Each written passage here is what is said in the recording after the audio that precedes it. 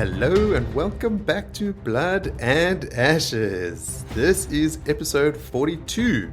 I am your host Mo, and I'm joined again by my multilingual friends Jody. Mia dovegna nesodin soende. And Willie. Yeah, hello. Is that another Matt line? Yes, it's very apt for my current condition as well. It translates to luck carry me through this. I wish our listeners could see you now, Jody. He's looking pretty fucking haggard. Yeah, beer and brandy and gin are not a good blend, people. It's a good party. Yes, I had fun. I regret nothing. All right, Joe. Well, I'll try and keep the show going at a decent clip. Take that from whence it comes, and we'll try and get you through this one without drawing it out too much. I've got no sympathy. Drag it out, 3-hour episode. Look, it might get there. I'll just have little naps. At the risk of flogging a dead horse, I am loving this book. Like, it's got everything I like. I won't expound on it too much right here. Joe, you seem skeptical. You're not quite as on board as I am. No, you'll find out as I go through my chapters today. Not super impressed, but anyway, I hope it gets better. Ah, interesting. Okay, cool. Well, it's good to actually have different takes so we can explore those viewpoints a bit more instead of just always agreeing that everything is rad. Right. Did you guys want to touch on anything before we dive straight into the... I mean, Jody, you obviously want to do nothing other than get straight into the detail. Are we done yet? Is this over? Gonna go lie down? Okay, let's have mercy on Jody. Each one of us on this podcast has had probably a couple episodes by now where we've been a little worse for wear. So we feel your pain, Joe. Right. So without any further ado, let's jump straight into callbacks.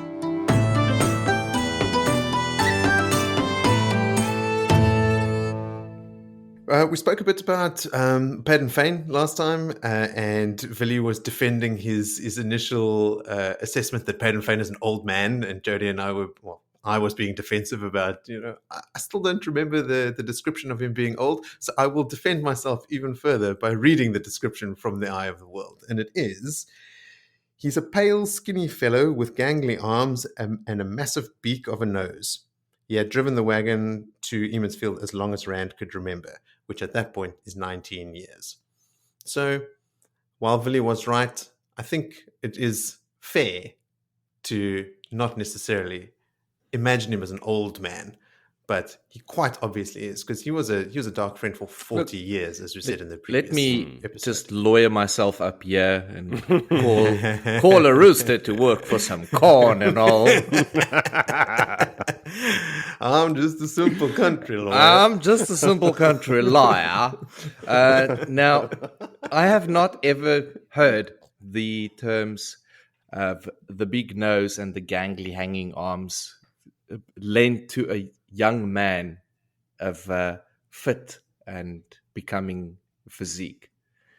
So, those are all descriptive words for an old haggard thing. No, I disagree. Yeah. Gangly arms are just long arms and, that seem like sort of clumsy. I mean, how many gangly teens have you met? Numerous. Words out of my mouth. I am only working for some corn. Don't worry, we're not gonna harp on this. I mean, bottom line, Willie was right. He is old. So Willie's this right. is me just being defensive for the sake of entertainment. Speaking of old, Gareth Bryne. How old do you guys imagine him to be? Oh, he's in his 70s. Oh, I think 60s. It's early 60s. Yeah, well, 60s, 61. Yeah. No, he is an old dude. He was born 60 years before the events of Book 1. But the reason I sort of read up about him is because we were sort of umming and eyeing and tripping over what his actual official title is. And he is the Captain General, or was the Captain General in Andor, and he acted as First Prince of the Sword, even though he was not related to Morghese, which is, usually like the rank that Gawain held, right? Like the brother of the daughter heir. Willie, when I was listening to the episode, I listened to your description about the statue in front of the roof of the maidens with her hand up in the air, hoping that it was not a very unsavory salute that everyone might be familiar with. And I was like, shit, was it that? Like, Hey, was I don't it even know. close? That's why I said I'm imagining it with her palms open and up. Well, I went back and I read the description, and all it says is that her right hand is upraised either to bless or to halt. So I imagine her hand being up at more like a right angle, like her arm straight out, and her hand, if you're going to halt someone, it wouldn't be to Heil Hitler them. It would be like, your arm straight in front of you and your palm up. Then we spoke about Isandre, and Willie, you thought that maybe Lanfear skins her alive. It's actually Kadir that kills her. Okay. Isandre is punished a number of times, and I think at least one more time by the maidens when she tries to sneak into Rand's room again, and it's Kadir that's sending her in there. And she finally says to Kadir, I'm not going to do this anymore. Besides, I think he's sleeping with Avienda because, she can read, maybe she's watched some romantic comedies, but she can pick up on the tension between them as well. And it's when Kadir relays that message to Lanfear that Lanfear skins him, because obviously Lanfear flies into a jealous rage. There was skinning involved. Obviously, but I imagine. There was a skinning involved. Yeah, all right. We touched briefly on Bale's wife, Dorinda, and I sort of relegated her to sort of just, world building stuff you don't really read about her, but apparently you do. She's the roof mistress, obviously, like Willie mentioned, of Smoke Springs Hold, and she's present when Rand meets with Bale and Davram Bashir after being rescued from the White Tower Aes Sedai. So after the whole Dumais Wells episode, she's there in a conversation that the three of them have, and apparently it was quite heated because it said that she actually has a very calming effect on the conversation. So just one more great Aiel. Cool. So you're saying the roof mistress from a hold that's called something smoking has got the calm to calm everyone down. Yeah, weird. Yeah. What is it? Smoke Springs Hold. Smoke Springs. Then we spoke about Darkhounds and thought, like, how the hell did Perrin kill a Darkhound with arrows if Rand chopped one's head off or dismembered a bunch of them, chopped them into bits, and they just pulled together and reformed? Apparently, these Darkhounds that attacked Rand are a special breed, never seen before. Ooh. Darkhounds you could kill them with power-wrought weapons. You can kill them obviously with balefire. It's the only reliable way. We know about they don't like it when it rains, and if they're chasing you and you put running water between you, they might give up the chase. There's a couple things that you can do them, and they were notoriously hard to kill. This pooling together is not something that all Darkhounds do. It is a special breed. Version 2.0. Yeah, pretty much, or T1000 if you want. And I found this description of the special breed online, and then I went and I looked in the world of Robert Jordan's Wheel of Time, and even in there it mentions that in recent times a special breed of them have been rumored to be prowling the lands. Blah, blah, just blah. to be certain about this, were they the size of a mastiff or larger than and a the size of a now? pony? Size of a pony. Yeah, okay. They've always been described as such. Like we've read even in book 3 when those hounds are stalking Rand, when you literally see them for the first time without knowing that they're dark It's hounds, not going to be easy to confuse them with regular mastiffs that move around with the tinkers. I think we can let that joke die a slow and peaceful death now. Yes. Surprise, surprise, it's not Javelin Pass, but it's also not Jengai Pass. It's Jangai Pass. Yeah. It's not Jenga Jody Pass. nods knowingly. Yes, I know, because I moved my map the other day because now I've got a bigger computer screen, so I can't see the map. And when I moved it, I had a look and I was like, Jangai Pass. Django Pass. Django. Django Unchained Pass. It's the start of the Silk Road, which is that singular trade route through the waste that the peddlers and the peddlers, tinkers, and I think they let Kyrenian along there as well. Not that they actually go. Oh no, not anymore. Not anymore, dude. All No. tree killers now. No tree killers in the Threefold Land. I read up a bit about the imprisonment of the Forsaken, and it is Lanfear, Jody, that refers to it as a dreamless sleep that she was in. She says, "I have served the Lord of Twilight long. Long did I lie imprisoned for my service in an endless, dreamless sleep. Only grey men and Madrol are denied dreams. Even Trollocs dream. Dreams were always mine to use and walk. Now I am free again, and I will use what is mine." So, she's very clear about her stake on the world of dreams and how she was denied it while imprisoned.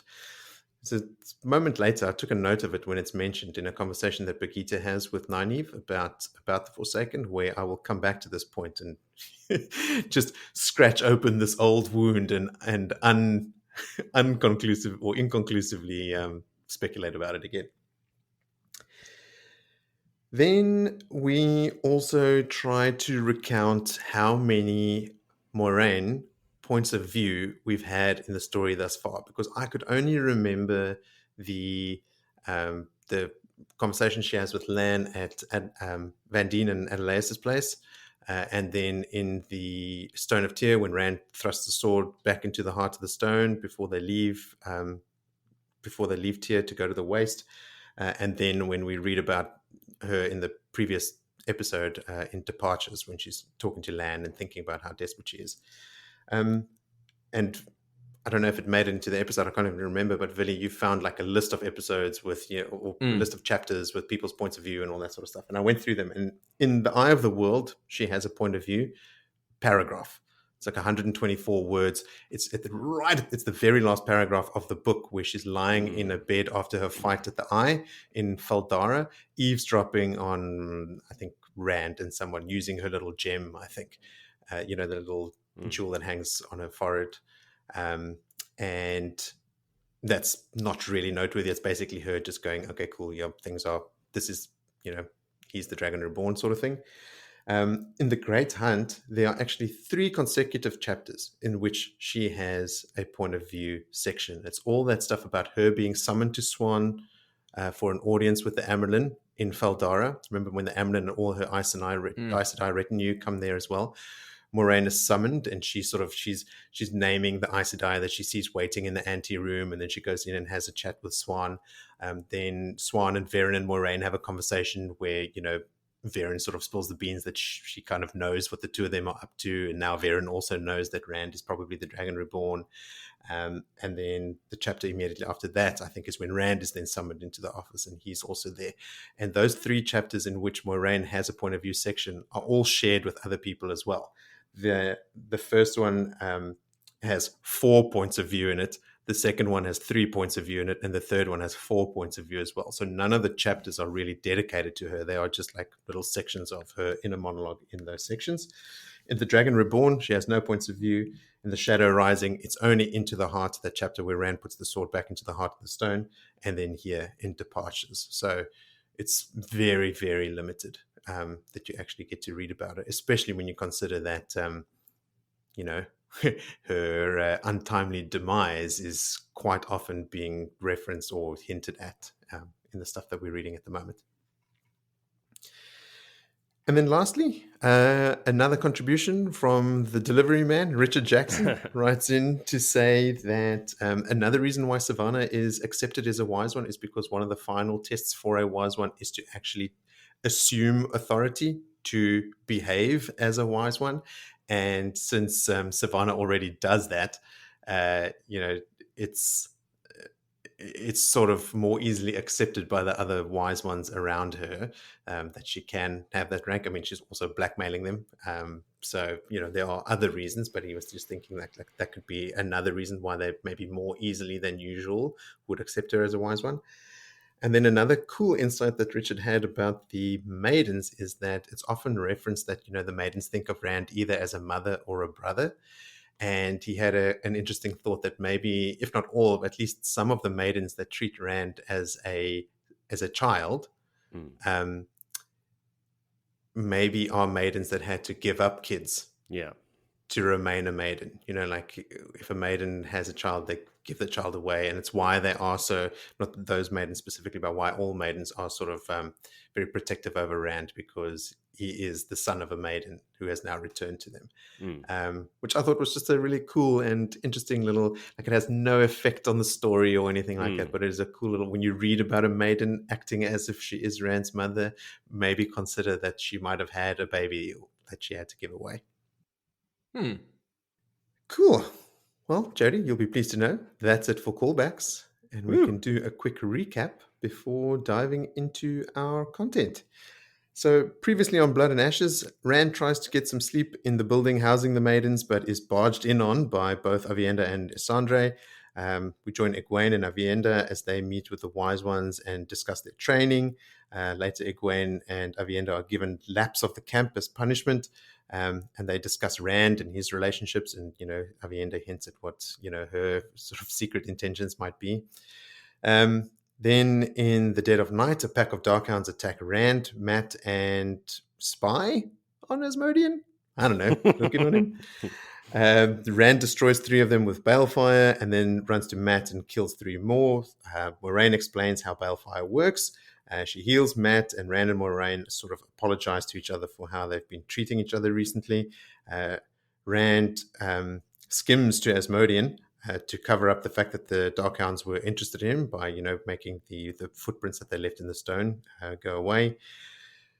Rand then gets word that the Shaido are moving to Jangai Pass en route presumably to Cairhien, and he orders everyone and all the Aiel to prepare to leave. And here Moiraine muses on her sort of truncated timeline on which to achieve her goals with Rand. And finally, we join Nynaeve, Elayne, Thom and Juilin as they are crossing the border into Amadisia, encounter a group of White Cloaks. And disturbingly, Elayne seems to be quite often straight up hitting on Thom. And yeah, gross. That brings us to this episode's first chapter, which is chapter 9, called A Signal. Take it away, Jody. Well, thank you very much. So yes, this whole thing with Nynaeve and Elayne and Thom and Juilin, there's some cool stuff that happens. We'll get into it. But this is what I was talking about, how starting this book is a bit... Ugh. So anyway, we join old Thom and Juilin, and Nynaeve and Elayne, and they have found a campsite. They've stopped for the night. They've just come into Amadisia. And they've actually found a very cool campsite. Nynaeve is even impressed with it. And so am I. When I read the description, I was like, oh, what a cool little campsite. There's a river. There's some shaded trees. Me too. This is like awesome. There's some shade. They got a flat area to where they're going to sleep. And they got a stream. And it's awesome. Everyone should go there. So they hobble the horses. Thom and Juilin do their old flipping of a coin to see who's going to go into town to buy supplies, / who gets away from Nynaeve for a few hours. I think that's really why they're doing it. Tom's not allowed to flip the coin anymore because every time he does, he wins. So Juilin does it, but he still loses. So I don't know. Maybe Tom's a channeler, man. Secretly, he's the creator. God, don't open that Pandora's box. Bella isn't the creator. It's Thom. Hey, it's in his family, so yeah. Oh, you never know. Now we open something. Don't do it. Nynaeve gives him some money from their stash, which also includes 2 dream Tel'aran'rhiod that they've got from the Black Ajah that they found there in Tanchico, was it? I want to say. Mm-hmm. Yes, and also yes, a seal to the Dark One's prison. So they want to get rid of that as fast as possible. Yes, and they're on their way to Tarvalon. I don't know if we covered that in the last episode. Like, this is their destination. I don't think we did, no. Yeah. They're going back to Tarvalon because they got all this stuff and they want to get it off their hands, especially this Dark One's prison seal. It's not something you want to have in your back pocket. Mm-hmm. There's a line there that Nynaeve says that's when she gets close to it, she can almost feel the Dark One trying to break out of his prison. Now, I'm wondering if that's just in her head or if that's actually, if she can sense that kind of stuff. But I don't want to give anybody any homework. It's her head playing with her. I don't think it's like she can imagine herself feeling. Yeah. Anyway, she's a strong channeler. We know that channelers can feel stuff. Like Rand can sense danger before it arrives. He can sense shadow spawn things. So, it's possible. Nynaeve can listen to the wind. It's weird shit happens all maybe the time. She's attuned to picking up things. Don't know. Possibly. Maybe she's hearing the Dark One fart through that seal. Yes, the wind. An evil wind has stirred. Billy's cracking himself up. That just came out of nowhere. The thought, not the fart. So anyway, let's continue. Well, just mute. Billy is unable.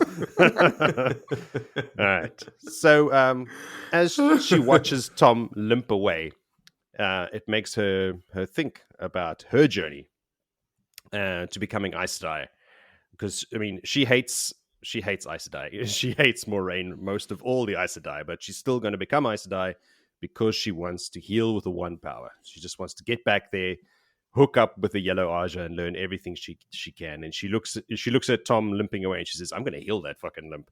Now, does she? I wonder if she does later. I don't remember.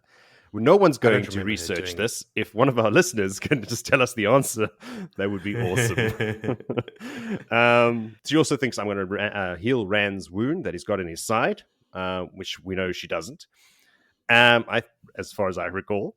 And I'm wrote over here, and then maybe you're going to heal the taint on Siuan as well. I don't know. Maybe, think big, Nynaeve. Dream big, baby. So she and Elayne are still snapping at each other. I said still snapping at each other again. All right, my English isn't very good today. But yes, it's continuous and all the time. Nynaeve has had enough of this Thom flirting bullshit, and it's freaking her out as much as it's freaking us out. Their journey has been stressful. It's all hot and dusty, and she can't look at this gross display that Elaine's putting on anymore. So she decides, now's the time to have a conversation about this. Thom has returned now, and he's just brought back meat and beans. Good on you, Thom. He said, no, there's no vegetables in town. That's it. There's no greens. Nynaeve's very upset that they're not having their greens. So she says, look, now we're going to go into town. We'll go find the vegetables, and come with me, Elayne. We're going to have a little chat along the way. All right, so they get to the town. It's called Mardison, I think, or something along those lines. Yeah. Mardi Gras. I can't read what I wrote. It's a happening place. Mardison. Mardi Gras. With its granite-paved streets. And I thought, that's awesome. Someone should take that idea down to Tyr. Put some granite around those docks instead of sloshing through the mud. Surely you could transport it down the river. Come on, guys. Anyway, so write a little note to the town hall in Tyr, what they can do. So this town has seen better times. Lots of closed or abandoned shops. There's war everywhere. There's lots of people, mostly refugees. You can tell that they're all scrappy and their collars are frayed and they're dirty and they all got this vacant look behind their eyes. But as many people as there are even more white cloaks. Because we are in Amadicia, by the way. I also noticed something, because when I write all these notes, I abbreviate white cloaks to WC. And I was like, a toilet. That's apt to describe these guys. They are a bunch of water closets. They are a bunch of water closets. Fucking toilets. So, yeah, they walk for hours and hours looking for veggies, but it's slim pickings. And she thinks, like, shit, maybe Thom did actually have a look. And they just aren't. There's some potatoes and some turnips. Thank you, Robert Jordan, for this, 100-word stretch of them walking around looking for potatoes and turnips. I'm sure we all needed to know that. Nynaeve, at this point, sees a bunch of yellow flowers hanging upside down from a sign outside of a seamstress shop. She's like, aha, a Yellow Ajah code. She had apparently spent some time with the Yellows in the tower, and they just taught her all of their secret codes. I'm finding this extremely hard to believe. I mean, how long did Nynaeve spend in the tower? Like 3 weeks? And she already knows the Yellow Ajah. Maybe she read some books about it? I don't know. Yeah, but it was Shimmerin. Her stint in the tower also had all of the Aes Sedai sort of trying to encourage her to their sorority houses. Like, just come hang out. We'll tell you what we do. This is our secret sign language, and it's become a yellow. Yellow's cool.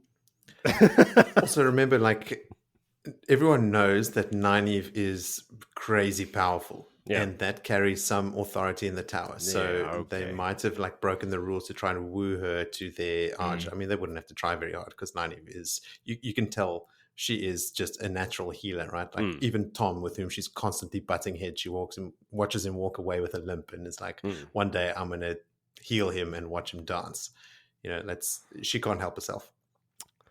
Yeah, I'm just saying, because this is a very specific sign. Bunch of yellow flowers hanging upside down with a yellow ribbon that's cut into 3. She mentions all of this. She knows it down to the details. Anyway, it fits the story. But Shemarin also seems like a bit of a flake. You know, like she's the one that almost passes out and faints in Elida's office. Oh, yeah. She's the one that later is stripped of the shawl and then just accepts her fate.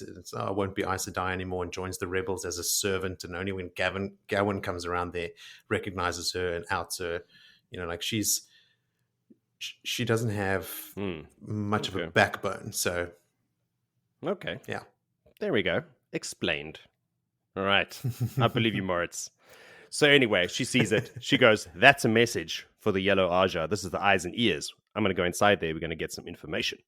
Hold my beer. In she goes. They go inside and they meet somebody by the name of Rhonda Makura. Who will have a major impact on events from now on. This is a very important meeting, and what happens here, as we all know. Huge for Aes Sedai in general going forward from here. So Nynaeve gives her some code words in a couple of sentences, but she has to use the words yellow and heal somewhere in a sentence. Rhonda gives her like this I said longing stare. It wasn't a longing stare, just a long stare. And then he goes, okay, I'll accept that code, and calls her assistant. I don't know if it's her daughter or just someone who works for her, Lucy, to go and make some of her special tea. It's time for some tea. Shall we have some tea, everybody? Let's have some tea with this very woman. specific from the blue tin. From the blue tin. Get the good tea. The good tea from the blue tin. Exactly. It's called blue magic. So they sit down for a chat, and Nynaeve's like, all right, so, you know, what's the signal about? What's the message? And Rhonda's like, oh, let's just wait for the tea. Why don't we? And I'm like, all right, girls, this is probably a good time to start wondering about this tea. She eventually takes them she said, no, let's not talk here. It's not safe. You know, we're out in the front of the shop. Let's go to the back. But we'll only go to the back and chat in the kitchen when the tea is ready. So they go eventually to the back when the tea is ready. Sit at the kitchen table.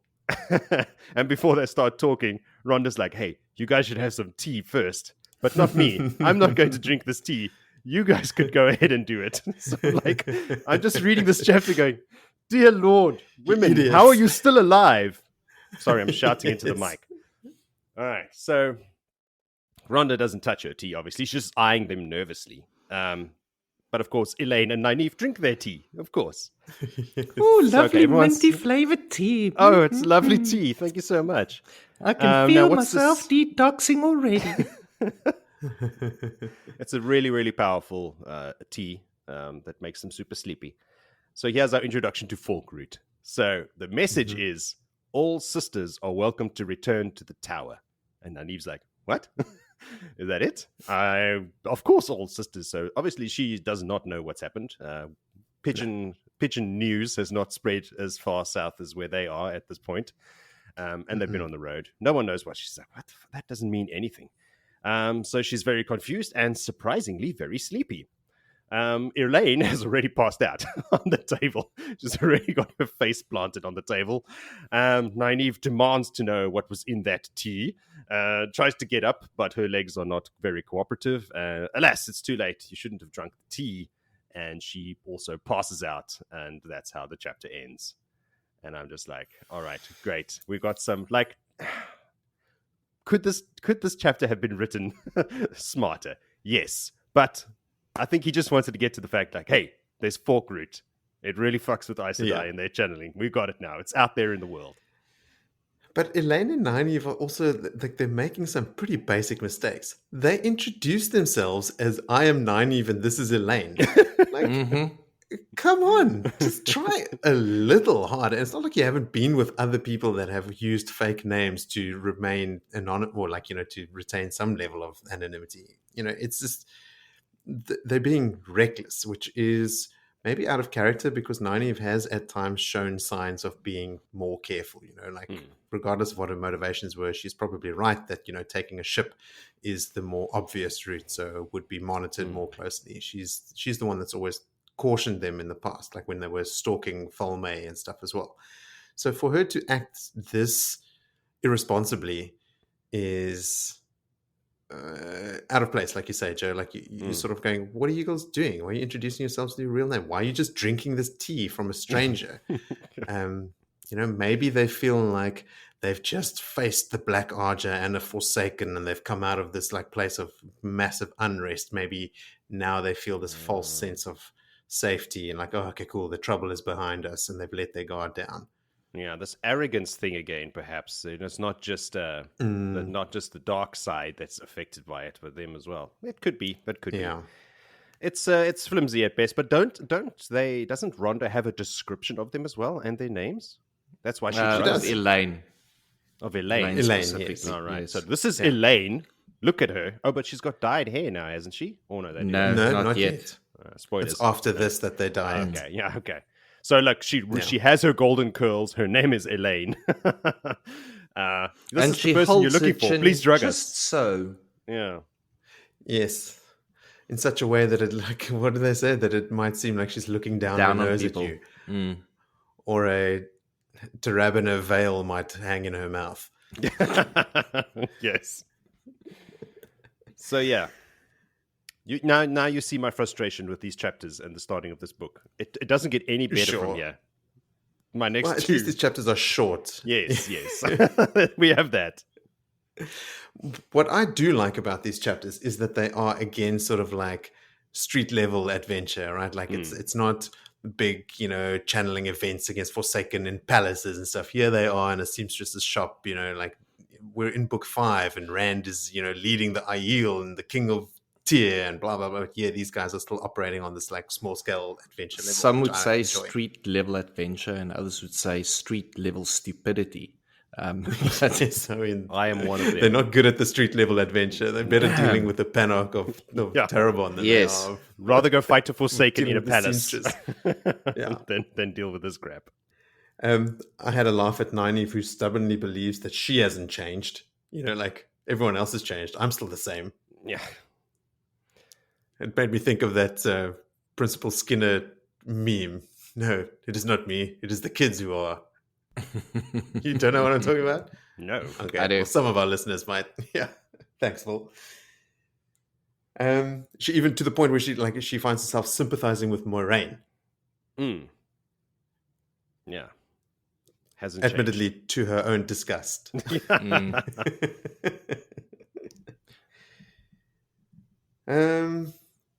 Anything from you, Vil? I've got a couple more notes. A takeaway for me is that Nynaeve is obviously very much nose out of joint with happenings around her. Elayne is flirting with Thom, and that is really grossing her out and playing on her, me too. Tapping like on her in her mind.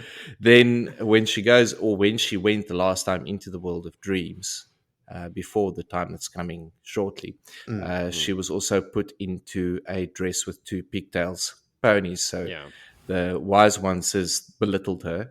So she doesn't take well to that for days after an event like that. Oh, so that is like a main line to her anger, right? Oh, that's the thing triggered. That she always fought in Eamon's Field, being treated as younger than she actually is, because like we said before, she started channeling when she was young, and she is actually still in her mid-20s, so she probably even looks younger than mid-20s. Has always had to sort of fight for her place. So for the wise ones to go directly to that nerve and dress her up like a girl is like the worst thing you can do to her. Sure. No, they can understand why they're making such stupid mistakes. the best thing of that chapter is the campsite that they chose, and that's where it ended. Yeah. All three. That's our takeaway. Awesome campsite. Yeah, if the listeners haven't figured it out, we all love camping. I enjoyed Juilin refers to Amathera as a pretty woman, which when you read the book the first time means nothing, especially considering, Juilin's sort of habit of being a what do you call it, like a chronic flirt. But we know that Juilin ends up marrying her, or they end up together. In this chapter, Nynaeve says something that she contradicts later in the same stretch. She calls Thom an ordinary glee man. And later, when we get there, I'll bring up her exact quote as well. I remember that exact quote. Elayne says that when she dreams as of late, she feels like someone is watching her. Who do you think that is? Egwene? But she's struggled to find their dreams across the other side of the world, right? She may have improved. She is practicing. Maybe. Birgitte? Maybe. I don't know. Sort of looking after them while they are in the world. Birgitte is going around, as we'll find out in a chapter or two here, that she is looking around and she knows where the Forsaken are. She's following Nynaeve and Elayne, keeping an eye on everything. Moghedien? That is one that can come to mind. It's a long list. But the other information of what Birgitte gives Nynaeve in that later chapter tends to contradict that. So I'm thinking it's Birgitte. It could be all of them, right? All of these people have motivations for like looking in on Elayne and Nynaeve's dreams. So supplies, exactly. So Avienda. Perrin, any Perrin of the wise opening ones. these portals, it's no wonder Elayne feels that someone is watching her, because a bunch of people could literally be watching her at any moment in the world of dreams. Nynaeve thinks of Linny as a clear-headed woman she'd like to meet one day. You can just tell, like, whatever Elayne is telling her about Linny is right up Nynaeve's alley. She seems like a clear-headed woman. I can't remember if they ever do meet or what happens when they do, but I can only imagine that Linny puts Nynaeve in her place. That's my recollection of Linny. Actually, it isn't this. It's in the same chapter. Because, I've got this note for this chapter where Nynaeve says about Thom that Thom is a man with secrets. He's no simple country glee man. So, which is it, Nynaeve? Yeah. Whatever suits her narrative at that moment. That's what it is. Whatever backs up her point she's making. She seems a bit like all over the place, right? Like, I mean, she's letting this whole Elayne and Thom thing get to her. I mean, what Willie quite rightly pointed out that I forgot about is that the wise ones have pretty much been belittling her in the world of dreams. So, I mean, she's faced down Moghedien and the Black Ajah, so she feels really up, and then she's knocked down a couple pegs again, and then this Elayne and Thom thing is happening that she can't shake sense into Elayne either. She seems off balance, like she's not coming from solid footing. She after that spiked tea, she's better be off balance. She's flat on her back. There's a line here as well, because she's also like, she tells Elayne that Thom is old enough to be your father, and then she thinks, well, Lan's old enough to be my father. And I was like, oh, yeah, shit. That's true. I didn't remember Lan being that much older than her, but he is. Like, he is he's like in his 50s, isn't he? Yeah, must be. He's older than us. And he's with a 25-year-old. What do you call those? Go Lan. Cradle robbers, or what are they called? In Spanish, they call them cradle robber. Yeah. Asaltacunas. That just sounds filthy. Assalta is like assault, like a cradle attacker or something. It's really weird. That's rough. I know. Yeah, the Spanish don't fuck around with their sayings, man. They have a like a very common way of saying, like, when you're like, damn it, would be me cago en Dios, which literally means I shit on God. Like, I'm not even joking. Like, my father-in-law says it all the time. Like I shit on like me cago en la leche. I shit on the milk. I shit on this. I shit on God. I shit on. I was like, Mike, what? What did you say? So yeah. They always have these. You can shit on a lot of things in Spanish, including God. Totally normal. Wow. So yeah, Billy's not going to make it through this episode. Billy, did you remember anything about Forkroot? Like when this was sort of happening, I noticed, like, because I could see what was coming, the sort of play-by-play description of who sips how much of the tea. When she said laid out special in tea, I was detail. already, here we go. yeah. Suck on you, I said, I drink a little bit of Forkroot. Yeah. Okay. Well, let's not shit on Nynaeve too much longer. Let's keep going with chapter 10, which is called Figs and Mice, Jody. So last time you were sort of like, "Ooh, figs and mice, that rings a bell." And it doesn't really have anything to do with the chapter. You were never going to remember unless you remembered specifically how Juilin uses it. But let's dive into that now, Billy. Oh, yeah, well, figs and mice it is. Nynaeve and Elayne is now passed out upstairs in their room. And young Lucy is left in care of charge on the hourglass. You top them up a good ounce or two, and they'll sleep for another hour. Just keep I like how she's got a funnel to put in their mouths. It's pretty rough, actually. Yeah, like hardcore, man. Yeah, no, it's so. But now Elayne wakes up, and sort of at the same time, Nynaeve regains a bit of consciousness, but they're all trying to do something and say something, but they're making gurgling noises. And just as Elayne can sort of start moving her hand and lifting her fingers, and that Lucy obviously comes back upstairs, and she's like, freaks out, "No, they're looking at me!" And grabs Elayne and gets the funnel in her mouth and makes her swallow, and out she's again. 1 hour later, they hear again, wake up, footsteps to the door. Oh no, Lucy's coming. I can feel Saidar just right over there, but I just can't touch it, and all that fancy stories. And open the door, and here comes Thom. Ta-da! Thom saves the day. No. And shortly behind him is Juilin and Lucy, who's now freaked out. She's been caught by the men. And by this time now, Nynaeve had the ability to sort of mumble a few words. It's like, "No, not her. There's another one." That's so. Anyway, but the girls are waking up. They have got Lucy captive, and then Ronda Rousey decided to pull in and join the fray, but not in a Ronda Rousey way at all. More sort of in a squealing way. And this is when Nynaeve regains sort of her abilities and her consciousness and everything else with it, and she now takes to interrogating these two dark friends, who turns out not to be dark friends. It's in her questioning them and giving them sort of the accusation that they're dark friends, or that who do they work for in the Black Ajah? And they're like, "What? This is one nearly faints the mention of Black Ajah." But Rhonda and Lucy are legit telling the truth, and Julie and Sandar are sort of like, "Yeah, no, they were being truthful."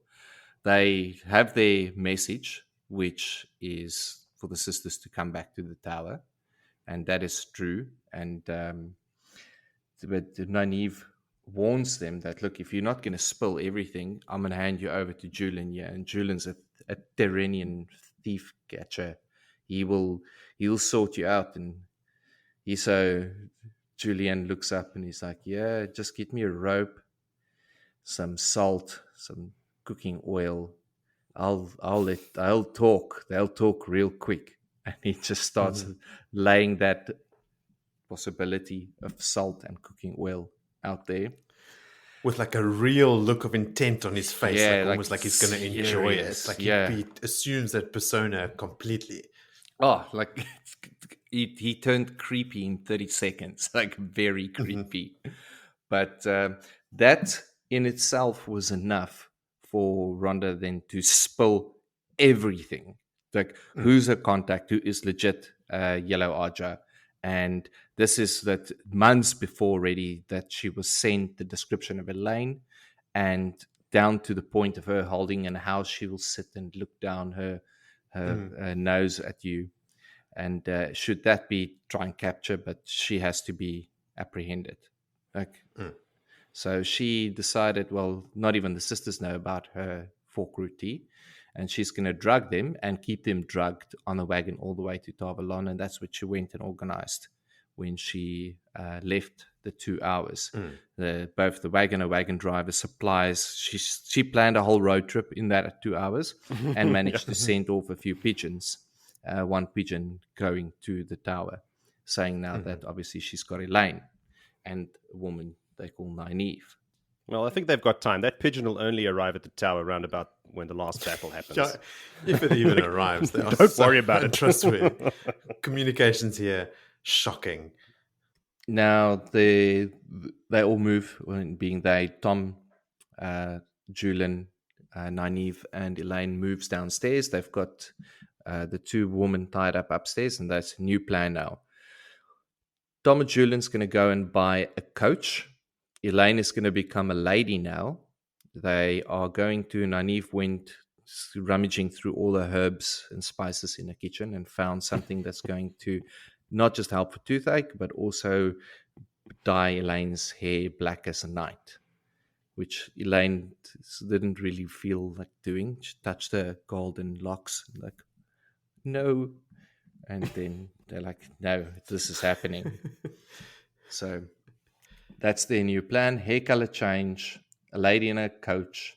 They're trading dyes, and Nynaeve is the maid, which is just another reason for them to be angry and triggered. This hurt you, Ajah. Even Billy just facepalmed there, just like Captain Picard facepalm.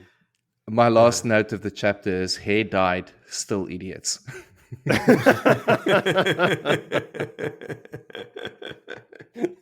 Really, all of us just really enjoying these chapters.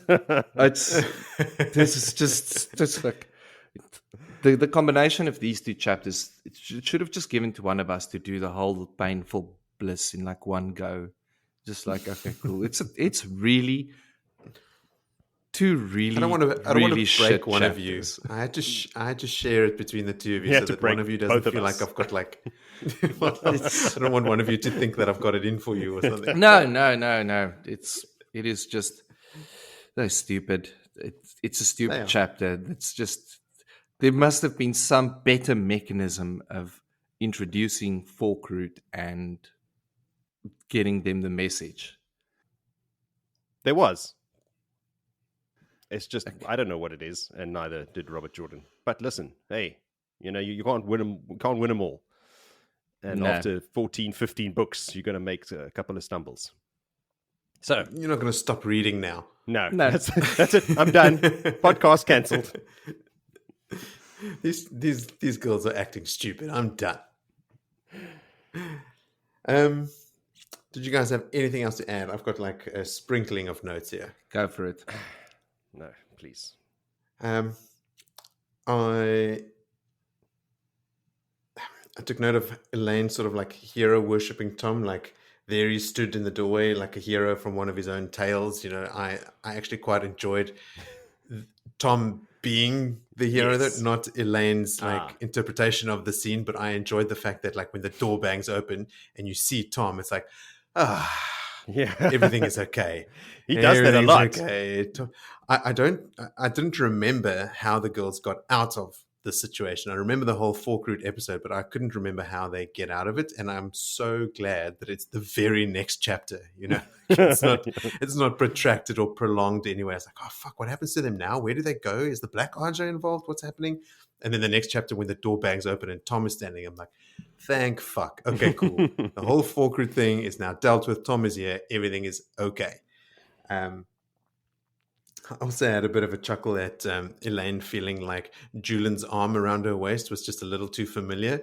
Like, Julian just can't help himself. Eh? Like, he's just such a ladies' man. Like, he can't even like help someone walk without making it feel a bit awkward. At least he's consistent. Theron Lugay is the name of the cart driver that Rhonda Makura was going to send the girls with. And he has a thought, like after he arrives and he finds the house with just Rhonda and Lucy sort of passed out, and the empty teapot and the funnel, and he's got all these supplies. Yes. And then he thinks about his wife and his mother, and he goes, I think I'm just going to take this cart and go anyway. I'm going to go and see what like, Murrundy's like. Yes, exactly. Yeah, I think I'm out. I think this is it. This is the gap I've been looking for, which just made me laugh. Like this whole other little story happening in just a couple sentences. You read so much into that. Then Rhonda sends 2 pigeons, and the dude, Avi, the man with the pigeons, he then goes and holds up the piece of paper that was underneath Rhonda's, and he holds it up to the light, deciphers her message, and then sends that somewhere else entirely. So, did you guys have any thoughts about where any of these... The first one's going to the tower. Yes. To Narenwin Sedai, who is Rhonda Makura's contact in the Yellows. She's just named as the head of the eyes and ears. She doesn't play a major part anywhere. So where do you think the second one that Rhonda sends, where do you think it goes? Because it goes, I think, west. And they're in Amadisia, so there's not much west of Amadisia. Right? It's basically Tarabon and... Unless the pigeon flies over the ocean. Now, it's interesting you mention that, because later in the story, Rhonda appears again, and she becomes a Sean Chan agent. And she helps them. But at this point, the Sean Chan have very few people still in Randland, right? So after the Forerunners were turned away, a couple of people like Aegean and one can only assume some other smattering of Sean Chan would have remained on the mainland. It seems unlikely that Rhonda would have been singled out as a potential agent for the Sean Chan, because she hasn't told even the Aes Sedai that she is still loyal to. She's still sending messages to Narenwin. She's still acting on orders from the tower. She has not even told them about Forkroot. So if she is going to be an agent for the Sean Chan, what is she going to be telling them? And why would they try and use her as an agent? Maybe she learned about Forkroot from them.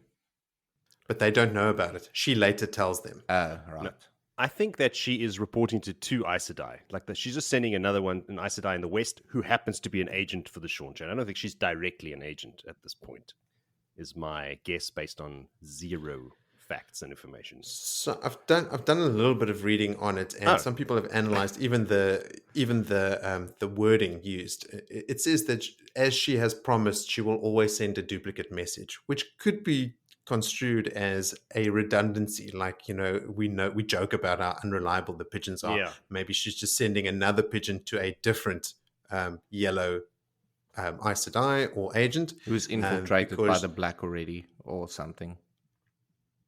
Or not. The point is she could be just sending it to the yellows from the tower, but to 2 different points to make sure that the message does get to them. Before we get there, there's more options with this. Okay, where is this going? So the pigeon, she could be sending that pigeon to, like we said, another tower, yellow, perfectly innocent, just a redundant, pigeon to make sure the message does reach the yellows. Now, Chesmal Emery, who is Black Ajah, is also a yellow. And in fact, I think it's Chesmal, one of the Black Ajah sisters, at least one of them is yellow as well. They could also have come to Rhonda, knowing about potentially some of the eyes and ears in the Yellows network. They could have come to her posing as a normal Aes Sedai, because Rhonda is truthful when she swears that she's not a dark friend. Yeah. But after the fact, without Narenwin's knowledge, a Black Ajah, quote unquote yellow, could have come to Rhonda and said, for the yellow's sake, send me a redundant message just to make sure that the message reaches the yellows as well. The Black Ajah tricking Rhonda into divulging any information that she might have, knowing that she is a member of the yellow's eyes and ears. That's a possibility. Yeah. And then the third possibility is that obviously it is a Sean Chan agent, but I think that can be pretty well discarded, because what happens later in the story is Elida has an example made of Rhonda. She is beaten or flogged in the town in front of everyone.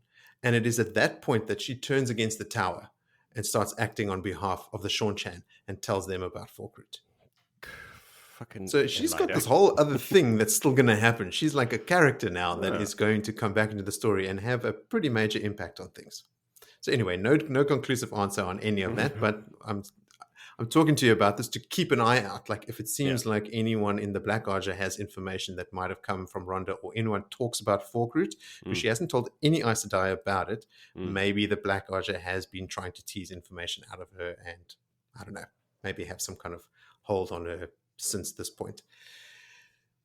The third message, Vil, so the one that Avi, the owner of the pigeons, sends. Where do you think that one goes? To the slopes of Shyle Ghul itself.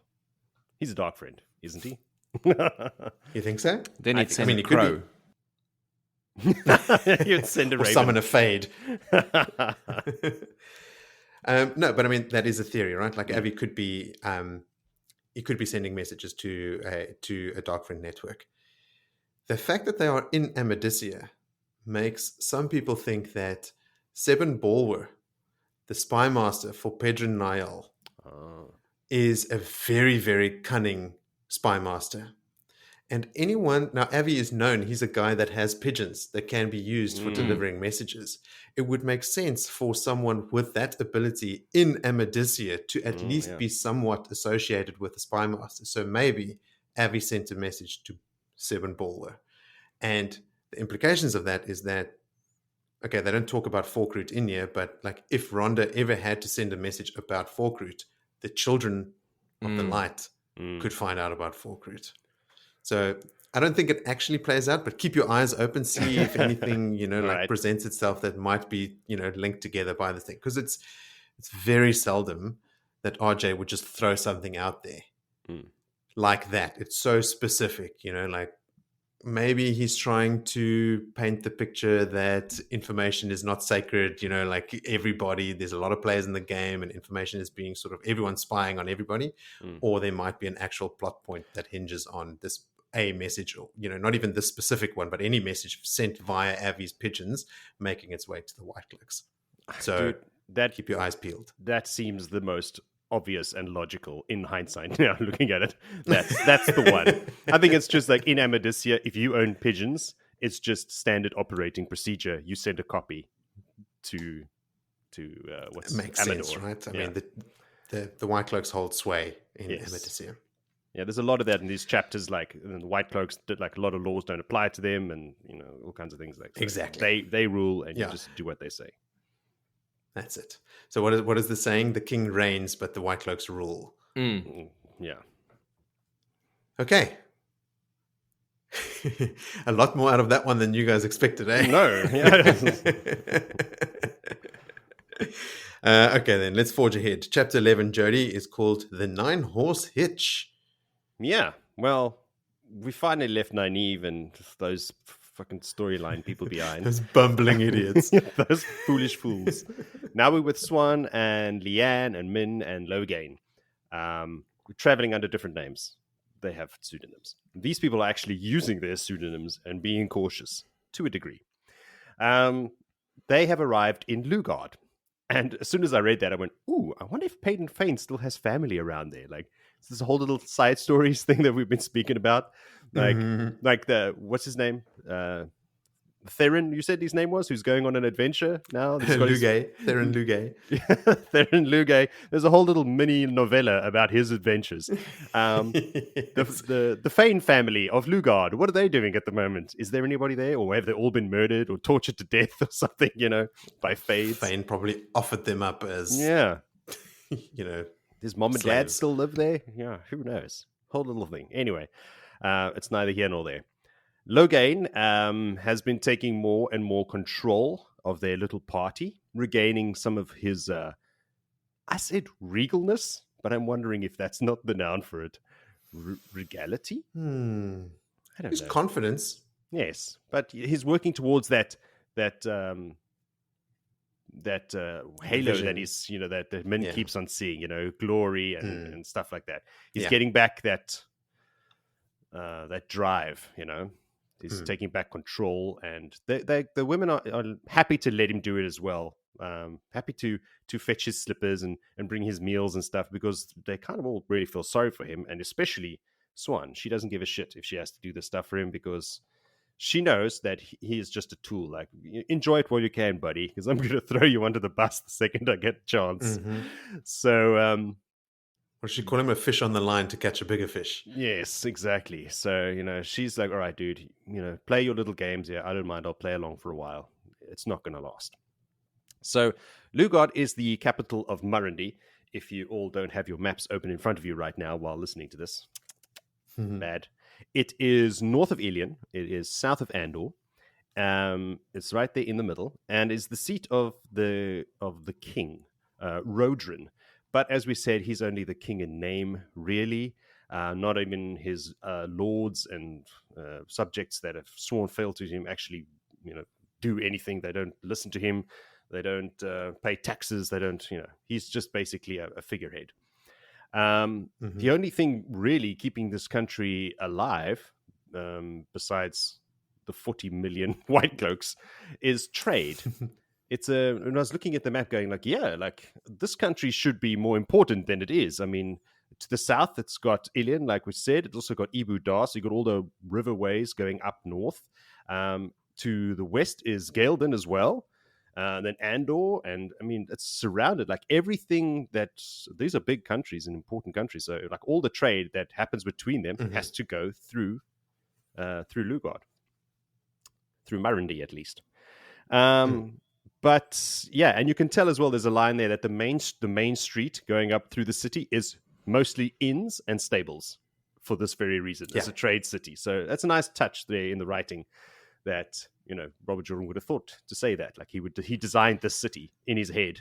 Aren't there also like lots of open squares in which they can have markets and trading like this? It's set up for trade. Yes, exactly that. So yeah, I thought that's a cool little touch. I was like, yeah, obviously that would be true. So you can write this, Robert guy. Yeah, he has his moments, and then he does. has tea drinking moments from strangers in seamstress shops. But anyway, they stop at the titular 9-horse hitch and dismount. There's a joke later on about what this 9-horse hitch could mean. Yeah. And it's very embarrassing, but it's way over my head. I don't even know if there is a punchline to it. Something embarrassing and sexy is what I got. Everything in this place is like sexual. Yeah. The signs. It's like on a bunch inns. of like gross wagon drivers and transient folk. Like no one is from here. Like everyone's just passing through here, so they feel like everything that happens in Lugard stays in Lugard. Yeah. So this is kind of like the Vegas of Randland. So yeah, they stop at the inn. Swan is still very weary of Bella for no reason whatsoever. She's still like doesn't trust the horse. This reminded me of my dad, who was famous for not trusting horses. We used to work a lot on farms and do like construction on the farms around where we used to live. And my dad once told me as well, like, he goes, I said, like, why don't you get closer to the horse? Let's go and say hi to the horses. He's like, no. You never know with a horse. It might just come running up to you and go, catch me. I'm like, what? He was terrified a horse would just come running up and jump on him. So, Of all the people I know, Pete was probably the most likely to actually catch a horse. Yeah, probably. So you would be fine anyway. But yeah, so Siuan is also just does not trust a horse at all. Bella, of all the horses in the world, is probably the sweetest, most timidest, beautiful little Trust creature. this one, Swan. This is the one you can trust, but no, still doesn't trust it. So Siuan has a plan. She convinces Leanne to practice her Damani ways on Loghain. She says, "Hey, why don't you go up to him and get some practice in? And Min, you're going to pretend to follow me as I go into the inn and hang around there and just wait for me because I'm going to pop out again and just stay away from Loghain and Leanne until I get back because I'm going to go sneaking off and I've got some plans." So she's going to go, obviously it's not a secret. She's going to go and look for some eyes and ears to get some information as well. So there's a lot of visiting the eyes and ears in these chapters, getting some much needed info, but she's obviously going to look for the blue network. So anyway, she leaves them in the inn and she makes her way through the streets, being catcalled all the way. Like I said, just a debaucherous city. She's startled when she realizes that, hey, like some of these guys are saying those things at me, because obviously she's been Aes Sedai for 20 years. She's been Amerlin Seat. You don't get catcalled a lot as the Amerlin Seat when going through cities. No, weird. No. Hey, baby, shake it. It's not going to happen. So she's a little bit shocked by that, but, she gets over it. She's on a mission. She eventually finds the inn that she's looking for. Inside, she finds the owner, a Mistress Thorn, a tall and heavy-set woman. And I'm like, heavy-set. Again, Willie. That's a good sign. Another innkeeper that's plump. Good. But with dyed red hair, like a shade that was never meant to exist in nature. Post office box red. Post office box red. Yes. I think that's what it said on the box of dye that she bought. So Siuan asks her for a job as a singer. This is trying to get her code words in. She uses the Blue Ajah code words for her network, which include the words fish and blue. Obviously, it includes the words fish. Like, what is that? Like, the Yellow Ajah has to include heel and yellow, but the blue is fish and blue. Nice. All right. So Mistress Thorn then demands to see her legs. She's like, well, if you want to be a singer in this place, look at the singer up on the table, flashing her thighs to everybody. This is the kind of singers we're looking for. And makes her lift up her skirts in the middle of the inn in front of everybody, and Siuan is mortified, but shows her legs anyway, going very, very crimson. The patrons at the bar have a good laugh at her expense and her modesty, and then Mistress Thorn says, well, come into the back and let's test out, have a little sing and have a little job interview and have a private chat, basically.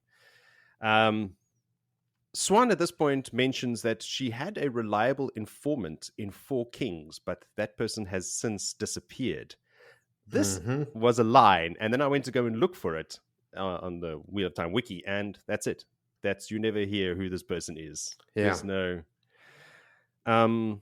any wild theories? Because Moritz, you were like, yes. Did you notice I this line? absolutely saw that. I looked into it. I couldn't find anything. I couldn't think what it would be. I thought maybe, okay, look, we know in Four Kings, that's where Rand had the channeling event, right? Like it's where he blew up that inn when that guy tried to like corner him.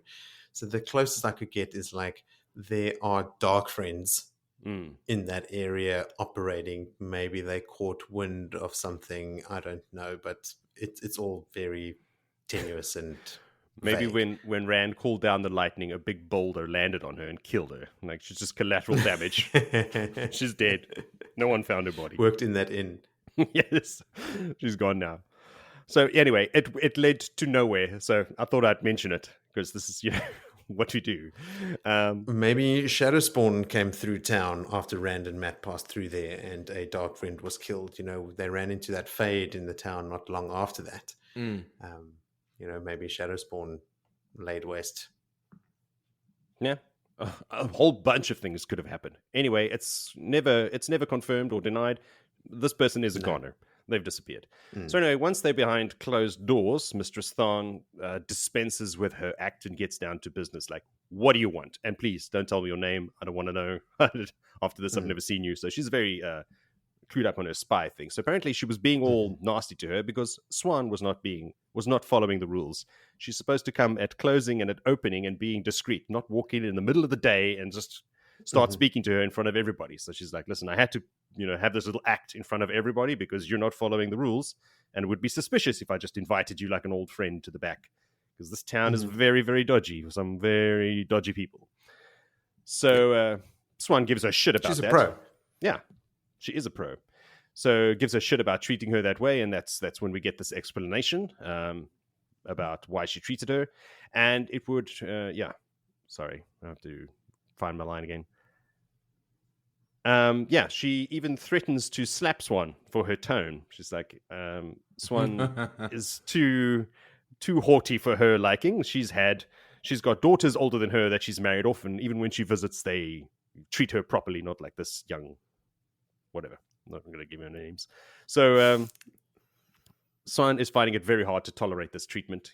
She's not used to being spoken to like this, but I think she's doing really well, keeping her anger in check, and she's keeps on reminding herself, like, you're not the Amyrlin anymore. You're not the Amyrlin anymore. Mm-hmm.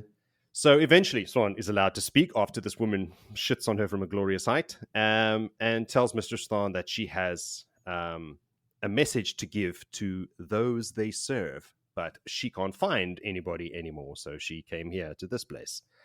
Thorn doesn't know what happened in the tower, so she wants to know as well, like, tell me what happened. I need some information. So Siuan tells her, I've got a list of things that are basically what happened. Siuan was deposed and stilled.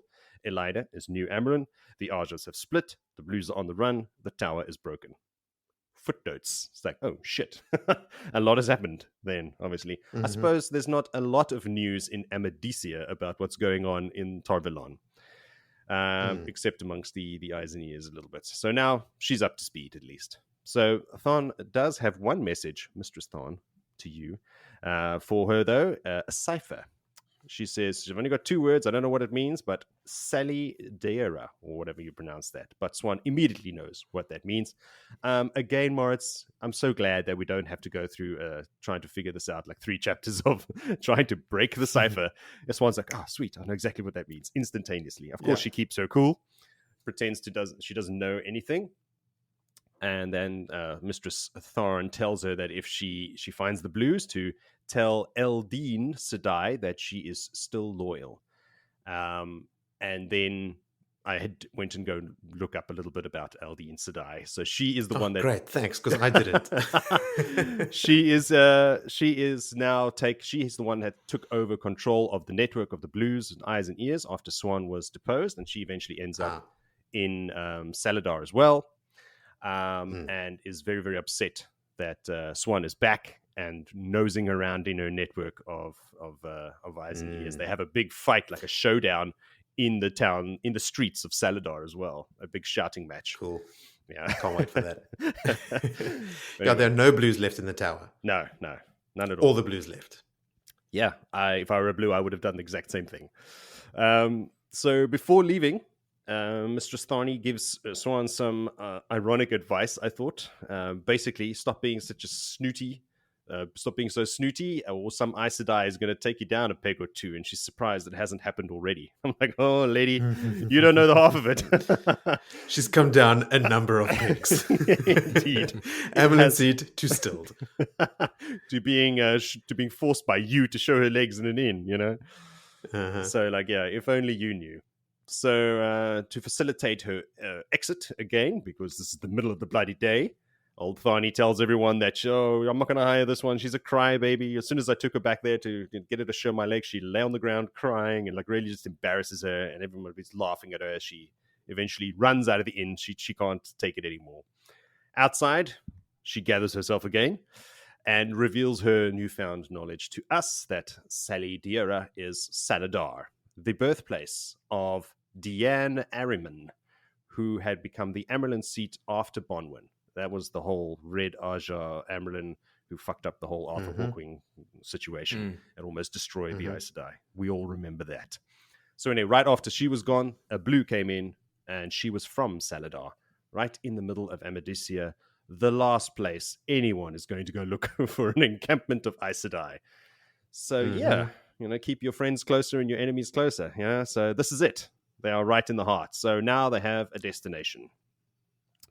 Back at the inn, Min is in the common room, keeping an eye on Loghain and Leanne, which I thought was the exact opposite of what Siuan told her to do. She said, stay away from them. But I suppose technically she's on the other side of the room. She's kind of away from them. Anyway, Leanne, that is, has gathered a small crowd of really horny men around her, and they are hanging on every word. This is much to the dismay of Loghain, who thought he was going to get some. The singer on the table as well is also not liking all the attention that is being taken away from her. She's flashing her legs and singing raunchy songs, and still this Damani woman is getting all the attention. I like how Siuan mentions that, as you can see when Leanne turns on her charms, her whole demeanor changes, and the way she walks. Siuan is like, it's like she has no bones in her body anymore, like a special kind of sway. She just like, I don't know, I can't even explain it. Just read the book. But I kind of imagine it in my head how it walks, like a very swaying of the hips kind of a thing. Do you remember that movie with the half cartoons and yes, Jessica Rabbit? Jessica Rabbit. Jessica Rabbit. That's it. But put her in a blue dress. Yes, all right. Yes. Okay, yeah, that's typical. Yep, there you go. There's your mental image for everybody. That's how she walks. Thanks, Billy. So there had almost been a fight between Loghain and the merchant guards, the horny guys that are hanging around earlier, but Leanne had soothed them all with her siren's ways. So, I mean, she's really getting back into this. She's got it. She's got it down now. She was a bit out of practice there in front of Gareth Bryne, but she's back now. Watching Leanne, Min thinks to herself that she thinks of Rand. And she's also getting a little bit hot under the collar, just thinking about her tall ginger drink of water with his very toned calf muscles. I can see. Sexy. Siuan arrives at this point to tell them, hey, it's time to ride. We're going south now. Min tries to convince her, like, hey, why can't we just stay the night? We're already in the inn and everything. Let's have a bed and sleep in that at least. And she's like, no. It's late. I realize, and a bed is awesome, but no, we're going now. She also lies, saying that she thinks that the white cloaks are asking questions about her. So I think that Siuan is just like lying now, willy-nilly. Whew, I can lie. Sweet. Let's just go for it. Didn't she have like a minor run-in with some white cloaks? Because White Gareth cloak? Bryne also mentions White something along cloaks these lines. looked at her and she skulked away. That's what happened. They weren't asking questions. That's all they about need. it. But so that's enough for them. She knows. Like they don't just know. hear a fart Yeah, out of a seal and they want to catch every Iceland in 2 kilometers. Don't they? Doesn't she think to herself like, oh shit, I shouldn't have skulked away? Yes. Like I drew attention to Her myself. reaction is like, oh fuck, my reaction is now going to make them suspicious. And then later one of the soldiers that's gathering information says something that white cloaks were asking about someone matching her description. Really? So she's right. Oh, okay. I missed that part. Yeah. Well, no, I take back everything I said. I'm certain you read it. I think you just forgot it. That's a strong possibility. So anyway, this chapter ends with Min, asking how the White Cloaks could possibly know about you, and wondering if Leanne could give her some of those tips that she could use on old Rand. Old Randy boy is going to get a lot of attention in this book, I think. With as we know that Elayne has got some plans. She's also feeling a little lonesome out there on the road. Min is also getting hot under the collar there, and Avienda is just fighting it really, really hard. But fighting it so hard. It's not going to happen, girl. And all three of these are going to. Do they all hook up again in this book? I wonder. It seems to be heading in that direction. Can't remember. Yeah. Yeah. But anyway, that's how the chapter ends. Yeah. Just a silly chapter. But with a very important piece of information. Saladar. Saladar, yeah. So all of this so far, we've got 2 bits of information. Forkroot, Saladar. 2 words. You say 2 words. bits of information. Yeah. 2 huge pieces of information. Yeah, right? it's new players on the chessboard, but they could have just driven through the town, and the eyes and ears of the blue could have nailed a notice to the pole saying, "The blue Don't become a menu writer, today, salad at a bar." Salad at the Jesus bar. Christ. Or a salad If I bar. ever have a network of eyes and ears, remind New me not restaurant to use you. opening, the blue salad bar.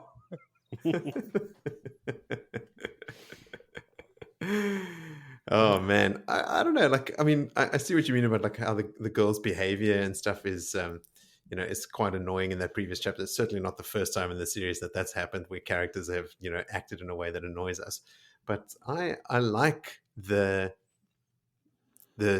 scenes and like the places that them find themselves in. Like I like the small scale stuff. I know that I always say that I like how the story expands, it becomes so huge, and it's armies and nations moving against each other. So it's nice to like dip back down to the dirty street level. And I mean, how dirty are these streets? Lugard sounds like a shithole.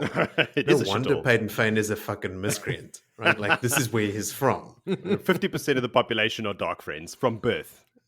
It's like, there's the dark friend families that live down that road. Common knowledge. Seems awful. Yeah. What do you guys remember what Swan's plan is with Logain? What is this bait that she wants to use him for? She's obsessed with bait and fishing, so she just throws out words out there. She's maybe got some plan, but I can't remember something specifically. I don't know. I can't remember either, because all I remember of Swan's time at Saladar is her starting to advise Egwene on how to act as an Amyrlin and sort of helping her set up the political maneuvers and stuff to get her raised to Amyrlin. But I don't remember anything with Logain, Swan's plan with Logain. Maybe she wants to use Logain as bait to get some red sisters to come sort of clean up their mess. They let one of the false dragons get away and use him as bait for a red. I don't know. Why would she want to attract attention to herself?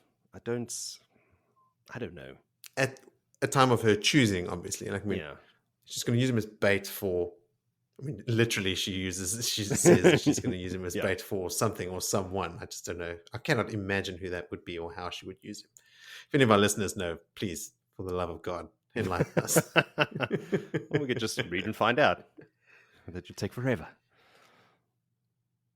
Did you guys... This is the first time I've ever thought this, but did you guys ever consider that Mistress Thorn could be a man? No. Tall, heavy set, which isn't necessarily fat. I mean, heavy set is just, thick. Elaborate dyed curls could be a wig. Also described with a thrusting chin and a hard mouth and firm, thick arms. Not fat, thick arms. Firm, thick arms. It sounds like a dude dressed up as a woman.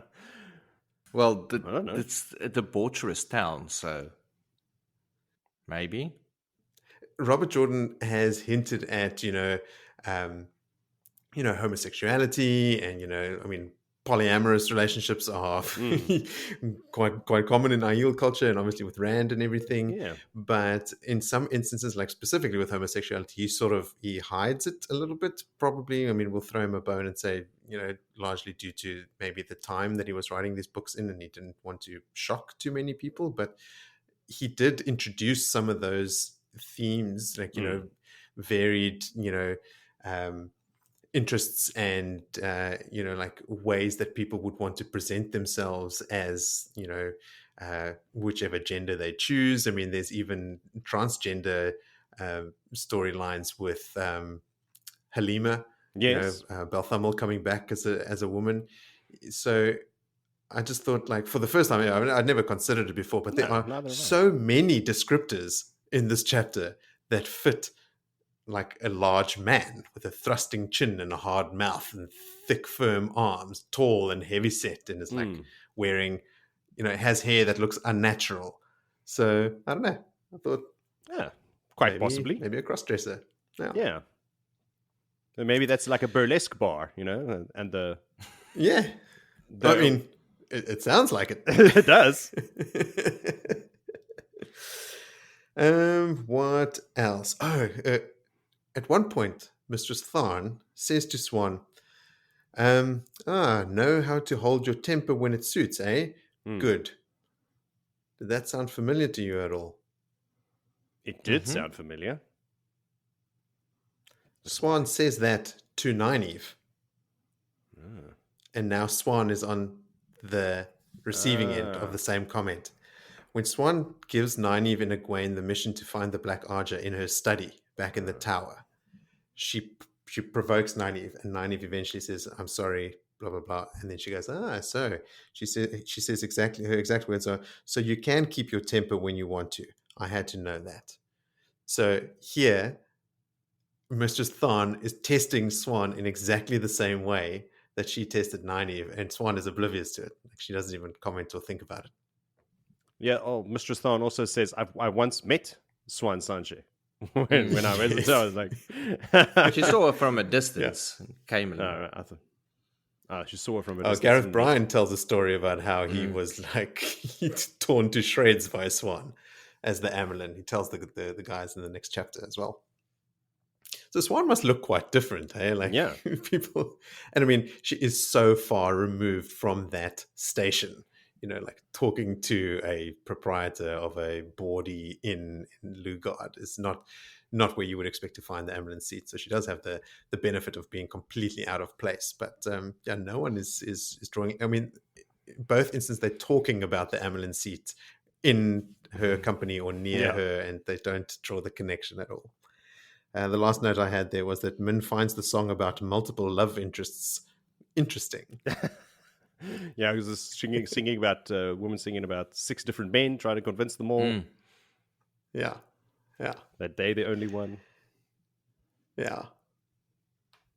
How about you, Vil? You got anything else you want to talk about that chapter? I mean, a lot of these are not necessarily like big pieces of foreshadowing or anything for us to really delve into. It's very much just going through the motions, getting these bits of information. I'm trying my hardest to get like get every little bit out of them.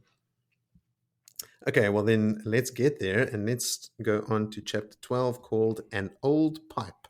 Willem, take it away. Now that is Gareth Bryne's old pipe that they're referring to. He has now soiled and destroyed and lost his little grey hat that we still haven't agreed on what type of hat it is. But it's gone under the wagon's wheel. And I like the picture that Richard Jackson sent us on Twitter. Like, that was pretty accurate. That's what I imagined it to be. No, not me. I've got it. This more sort of a Baroque era painter. Like one of those painters have that floppy lying to the side. But it's described with a brim. Pajama hats. But it has a brim. But it's floppy. A brim with floppiness. It's not, the brim isn't floppy. It's like it's pinned up on the one side. Yes, and then it lies like flat to the other side, like a big. I don't know. Either way, it's under the wagon's wheel now, which is a good thing. Thank God, it's gone. We don't have to talk about it again. So obviously we are with Gareth, and he is after Swan, Leanne, Min, and Logain, and still on the trail after the whole episode of them escaping through away from him with those very heavy curses. Barham comes with news because they are outside the town where the day before Swan and them went through and had their whole episode. There's news from Camelin that for every one original soldier that's true to Andor, there are now 3 or something, or 5 new soldiers that's replaced them, and they call themselves the White Lions. They're loyal to Lord Gabriel. So there's big moves, but he sort of also cuts himself off that. Like, look, he was sent away. That's not his problem anymore. He's always, and that comes out now that he's literally been almost exiled. Like the he's been sent away. Like, He was barely spared the headman's axe. Yeah, so it's he takes it in his stride. He rethinks about this whole dark friend child in Camelin that used to try and convert youngsters. And every time when a youngster tried to pipe up, then that youngster would disappear. And it went on for a good couple of years before the hangman finally got his noose around him. Weird things that he was thinking of at this point in time. Anyway, young dark friends. He recalls the whole episode of what got him sent away and exiled, and it was him just giving the advice that he was sworn to give should he need to do it. He was really fulfilling his oaths and duties while being sent away. Maybe he's thinking of oaths and chasing oath breakers. Like, what is driving him so hard, going through so much to find these three women? And then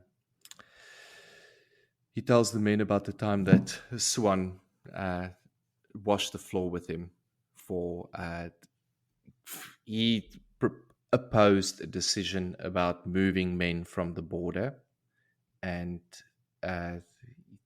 this was during discussions where Siuan was talking to Morghese, and he gave his opinion about really we shouldn't be moving, and Siuan let rip on him. Obviously, there was some other Aes Sedai plan in the background, and he stated to the men as well, like probably some other plan that you don't get to see, but their adventure's now going to take him, or take them, all the way now through Altara and eventually to, what is that spot's name? Taradomon, I can't even remember. But they going on... That's made up. Ibudar. That's what I was thinking about. In Aradaman. Yes, Ibudar, and they're going to see some things like they've never seen before. So they got a bunch of old heroes on horses on the loot on the trail of these women, and he taps out his old pipe on his boot, and that's why it's called Old Pipe, with a photo of a bull. It's the pipe is significant because it is of the bull with the garland of roses around its neck, signifying his house sigil, which is the bull or the boar or something, I think, and its service to the crown and of Andor, and he feels like it's time to get a new pipe because those days are behind him. Yep. But he can't let go. In his previous chapter as well, he was also thinking like, "Oh, one of the Aes Sedai is making moves," and he's already thinking about how he can he can help and what he can do to counter and what their moves are going to be. Then he always has to stop himself. Like, "Oh no, it's not my problem anymore. Don't worry, old Gareth. It's going to soon be your problem all over again." Well, he's struggling with retirement. Clearly, he is days away from buying a motorbike. I thought a convertible. You feel bad for the guy because he talks about how it's hinted at before, but he now muses quite clearly about the fact that he and Morghese were lovers. You know, like they were intimate, and she, when Gabriel arrived, went completely cold and almost killed him. You know, like he doesn't understand how that could happen. I mean, put yourself in those shoes. Like, you think you're in love with someone and that they love you back, and then suddenly they push you away and threaten to kill you if you don't stay away. Like, that's a bitter pill to swallow. Yes, I mean, compulsive put behavior, aside man. your duty to the throne and all that sort of stuff, you know. So I feel bad for the guy. I mean, he is such a good guy, right? Like, he is one of those paragons of virtue in the story. He's a blade master. He's one of the 5 great captains. He seems tolerant of Rand when he meets him the first time. You know, like he is just this good, old, wise, competent, rad guy, and he gets treated like shit. So yeah, I really empathize with the poor guy. Yeah, like Billy said as well, like he's struggling with retirement, but then again, he didn't retire. Like you said, like he was retired. He was threatened with death. Yes. Yeah. So but he is on his of course he's midlife struggling. crisis. He is chasing after what appears to be a 25-year-old at the moment. I mean, he's in Yeah. his 60s, 70s. So, But he knows his time of protecting the throne is over. So what's he going to go do? Sit in his manor and just like do nothing? So if he doesn't have this like duty that he's had, I would assume virtually his whole life, that is now gone. So what is his purpose? He can now latch onto something else and go, okay, fuck it. I'm going to chase after this woman across half the world and go With my see old what she's buddies, about. 'Cause my old army buddies go on a little. let's go road on trip. one final campaign, and all the old dudes are in the same boat. They're all Yeah. like, "We're going, cool, we're there." Even the guy that brings that message back in Core Springs is like, "What? You guys are going? So I'm coming. Just Is he- give me a chance. I'll catch up to you." Is he there? Did he catch up in this chapter? I can't remember if you read about him specifically, but listeners, let us know. Like, is one of the names, because a couple names are called up here. Yeah. But certainly the old guy that was sort of knocked in the head by Logain, he's around. Yeah. He's not giving The up old that guy, easily. as if that distinguishes him from any of the other soldiers there. Yeah. Gareth thinks about the fact that some of these guys are younger than him, but Gareth is in his 60s, so some of these guys, even if they're in their 50s, late 50s, are younger than him. Yeah. and they've been with him. They're old war horses, man. They've been through it with him now. He's Did I miss it, Phil? Was that the end of the chapter? that's a very short, like a couple of pages. It's a tiny one.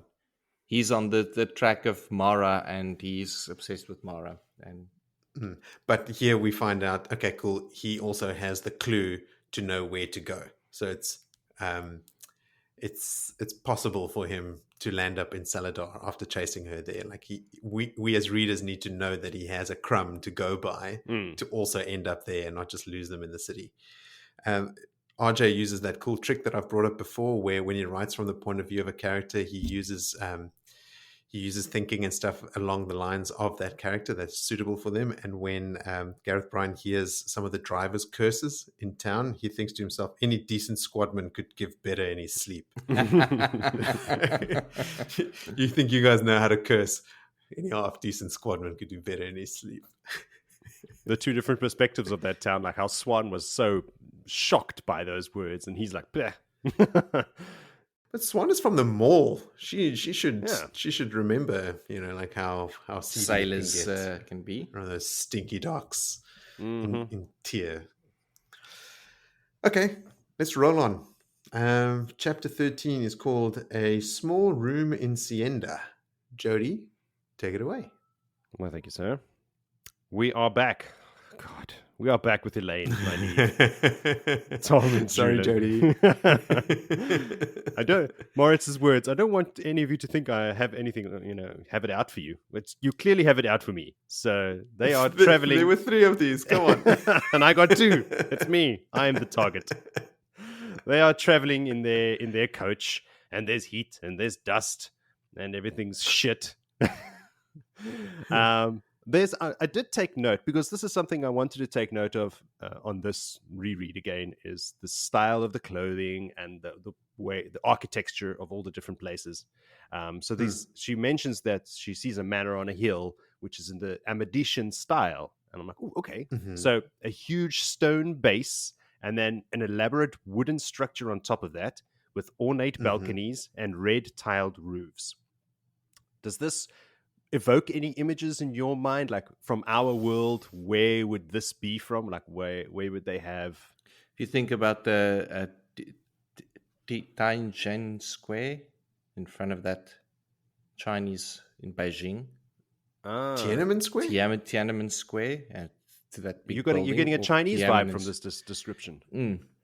Red Could tiles, possibly be, eh? wooden poles, wooden structures, and large bases, like heavy set foundations. Interesting. It could be. The idea of a large wooden manor house makes me think of like the Deep South in the US, like those like the cotton plantation Candyland style manor houses. Candyland. Yes. Yeah, But I don't think those would have had tile roofs. No, No, they like, don't. I did not see that at all. It's the way that they're describing the ornate balconies and elaborate wooden structures on top of a big base. Because in the past, according to this, all these manor houses were complete stone, but then the king changed it to say like, no, you got to have wood on top so I can burn you down easily if you decide to rise up against me. And this is, again, one of those rules that doesn't apply to the White Cloaks. They can build everything out of stone. They can build stone fortresses. But everyone else has to have this. So they figured like, look, if we have to build out of wood, we're going to do, we're going to be elaborate and ornate, and blah, blah, blah. So yeah, Willie, you're right. Do get a kind of like Chinese. Eastern. Yeah. All right. Yeah, Oriental Chinese, style. Japanese. Yeah. Okay. So that's a possibility. So Nynaeve's full of shit again. Or still. Again? You can decide. Again, still again. She's super sarky at the moment, sarcastic with Elayne. Now, so you know that they've taken on these personas now of Lord and not Lord, Lady and her maid and her servants traveling with her.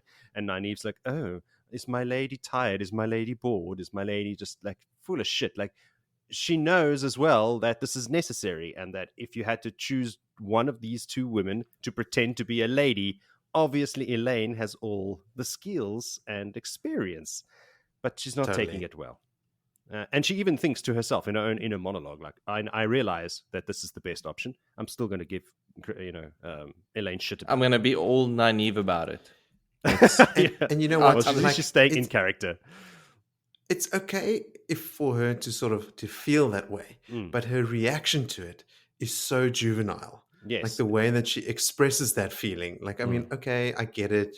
She's always trying to stand up for herself and not to be pushed down and blah, blah, blah.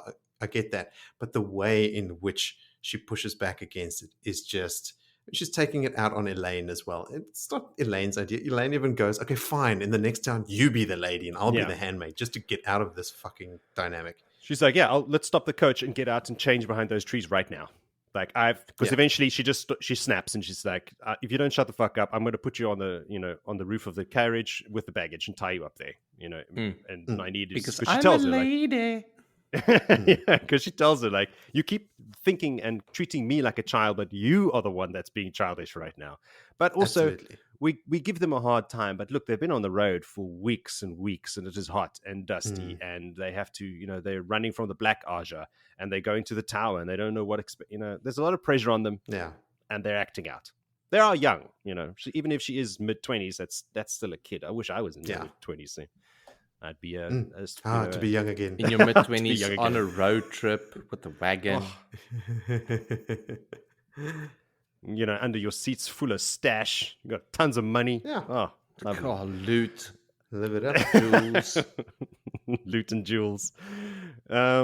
So yeah, after the threat, things seem to calm down a bit. Elayne is having doubts about going back to Tar Valon. Recent events are making her reconsider this. What they found out from old Rhonda, from old Rousey there, and Lucy and whatnot about what's going on. Like, nobody seems to know what's going on. The messages from the tower are really weird, and she rightfully says we should just assume that the tower is now under Black Ajah control, because it basically is. She's not. I mean, Elviarin is She's there. not wrong. No. Yeah. She is. In the top position. Playing old puppet master. Very sharp, to Elayne. Yeah. Loving Elayne on this reread in a major way. So except for her flirting with Thom. Come on now. Yeah. So yeah, I think that's over. I think we've passed that point, so we can let it lie. Fucking hope so. Yeah, please. So yeah, and also what they've seen and the messages and whatnot, but also now the old tea lady Makura would have sent pigeons. She did. We know. So the most reliable form of communication there is, of course. And so the tower knows that they have passed through that town. I can't remember the name. And they have descriptions of themselves, and they have descriptions of the carriage, because they stole that carriage, by the way, from old Makura. So Makura's already woken. Didn't they? Oh, they bought it. They bought it. Thom was sent to buy it because they were doing so. Everyone was doing so poorly in that town that she's like, just go buy that carriage because that guy will sell it. Like, we've got the jewels to now take over here. Yeah. And their they stash. caused quite a bit of a scene leaving there as well. It's like, Yeah. let's go Yeah. undercover and just as this personas, and like there's a whole horde of people, like they driving and kids are Everyone jumping out gathered of round. the way, and it's like throwing flowers at them.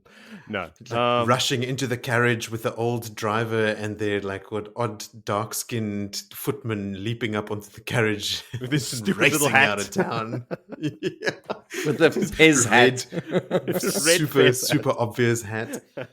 Like everyone is going to remember seeing them. And now the pigeons have flown. Like the tower's got our descriptions. They know the carriage we're in. They know our names. They know what we look like, who we're traveling with, the works. So like we got to be super cautious from now on. Girls, you should have been super cautious way back, all the time. But anyway, suddenly the carriage grinds to a halt. Elayne embracing Sidar. She's ready to fuck shit up. She's assuming that it's white cloaks, obviously, but it is not white cloaks. It's our good old buddy Valan Luca and his traveling menagerie. He's got his lions, he's got his elephants, and soon to have some Aes Sedai and Shaunchan Empress and maybe some cannons. He doesn't even know what's in store for him right now. His whole traveling circus gets so like abused over the next 5-10 books. I don't know. He's there for a while after this.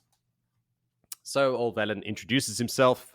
I know that in the community there are some mixed feelings towards old Valan and his traveling circus, that most people are not huge fans of this part of the story, but he does serve as really just a vehicle to ferry our main characters around later on and introduce us to new characters and Shaunchan and channelers, and Matt joins them as well at one point. He's traveling with them, and number of Aes Sedai and Exeldom and Damane and like everybody. I mean, the fucking is he daughter of Tavern? the daughter of the Nine Moons herself, right? Mhm. Isn't she with really? Matt I think- at some point? With Tuan. him? Maybe. Tuan is there as well. Like, I mean, shit. Wow. A whole bunch of people. And what's her name? The Illuminator. Eludra. Eludra herself as well. I mean, that's where they where they come up with the cannons and test them and stuff is on the road with the Matt dragons, and her. should we say them, with Matt and her. So yeah, like it is just a vehicle for all these other cool things that happen later on. See, I remember something about this book. Yeah. I mean, this part of the book really stuck with me out of the very, very few things. So look, I don't mind it. And if you hate it, hey, each to his own. So he introduces himself. He's very flowery, despite the heat is in this red silk coat. But then again, so is Rand in the waist. So two dudes that think a lot of themselves in red silk coats. But this dude is a bit much. He is very over the top. He apparently does have a well-turned calf. he does, just like Rand. He calls the elephants giant boar horses. Now,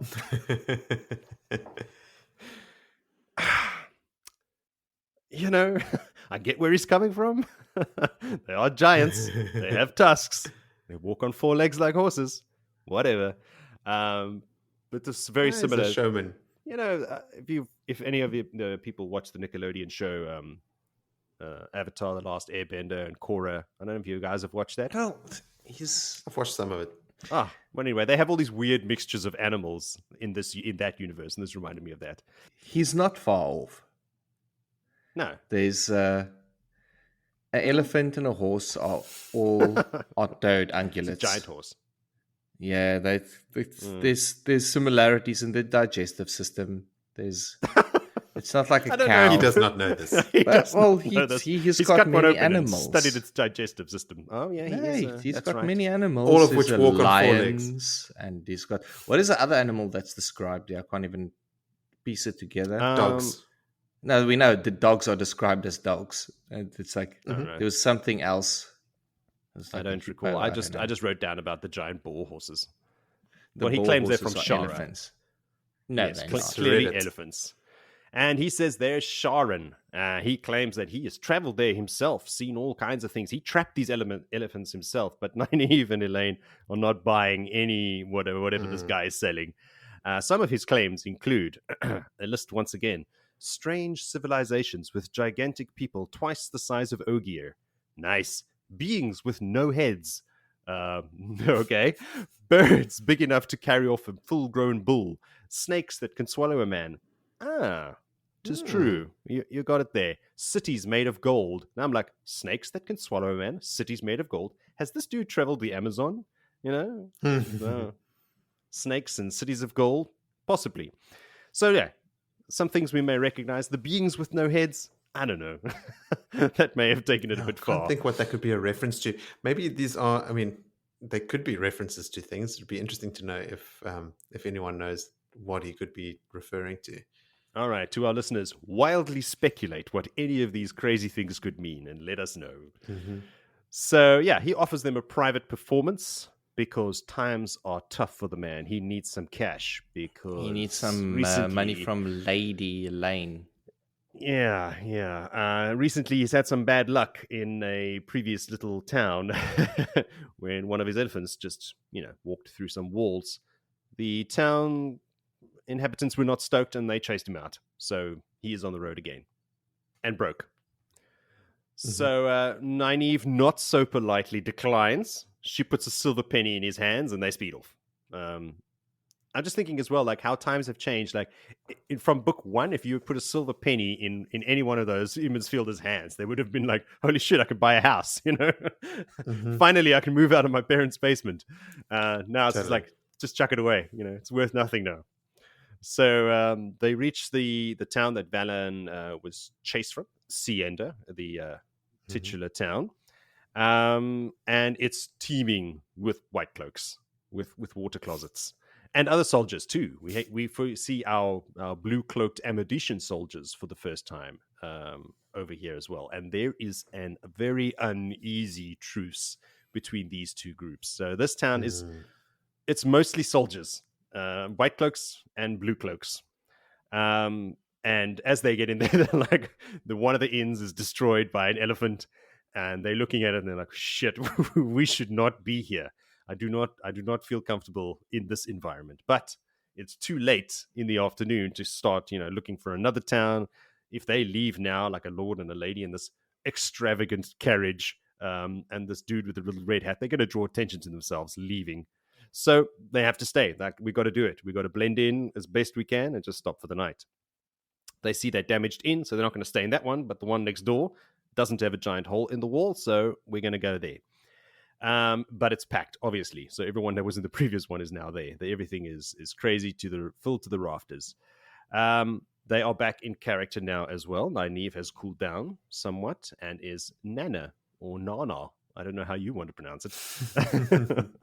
The servant girl, the maid, and she they head over to the innkeeper, a Mistress Jarin, a plump woman. Good sign again. So they make up some story about they're going home to their estates from Amador. They were in the city with the king and they had all the balls and blah, blah, blah, blah, blah. It's very intricate tale. But anyway, they take the last room that she has left and old Thom and Juilin get to sleep in the barn. I was thinking, these poor dudes, they get so much abuse all the time. And then they go to sleep in a barn. And that's not all, because they have to take several trips up and down the stairs to carry all the iron banded chests that are full of shit. They can't leave it on the carriage, obviously. It's full of gold and seals to the Dark One's prison. Like, important stuff.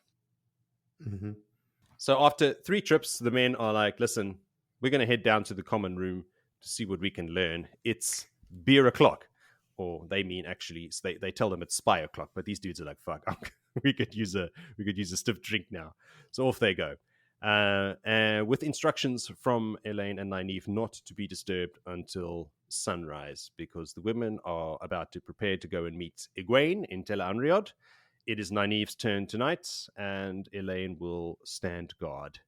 She passes a little message there before the chapter ends to Nynaeve to like, hey, when you see Egwene, tell her to tell Rand that I'm thinking of him and that I love him and that he's the only one. And like, I think in that last bit must be like when Rand hears it, like, what? Hang on. Only one? Why? Why does she feel the necessity to specify that? Why is that on your list of things to tell me? But you are one to speak, aren't you, Rand? Yes. Rand's batting Sorry, them away. Elayne, you are not the only one. Yeah, no. But she does mention during these chapters, now it comes back to me, I didn't write it down, about Min's viewing, that she would have to share Rand. She mentions it to Nynaeve, I think. Yeah. Yeah, it does come back to this, that she's, Well, there was this she's whole mentally prepping herself.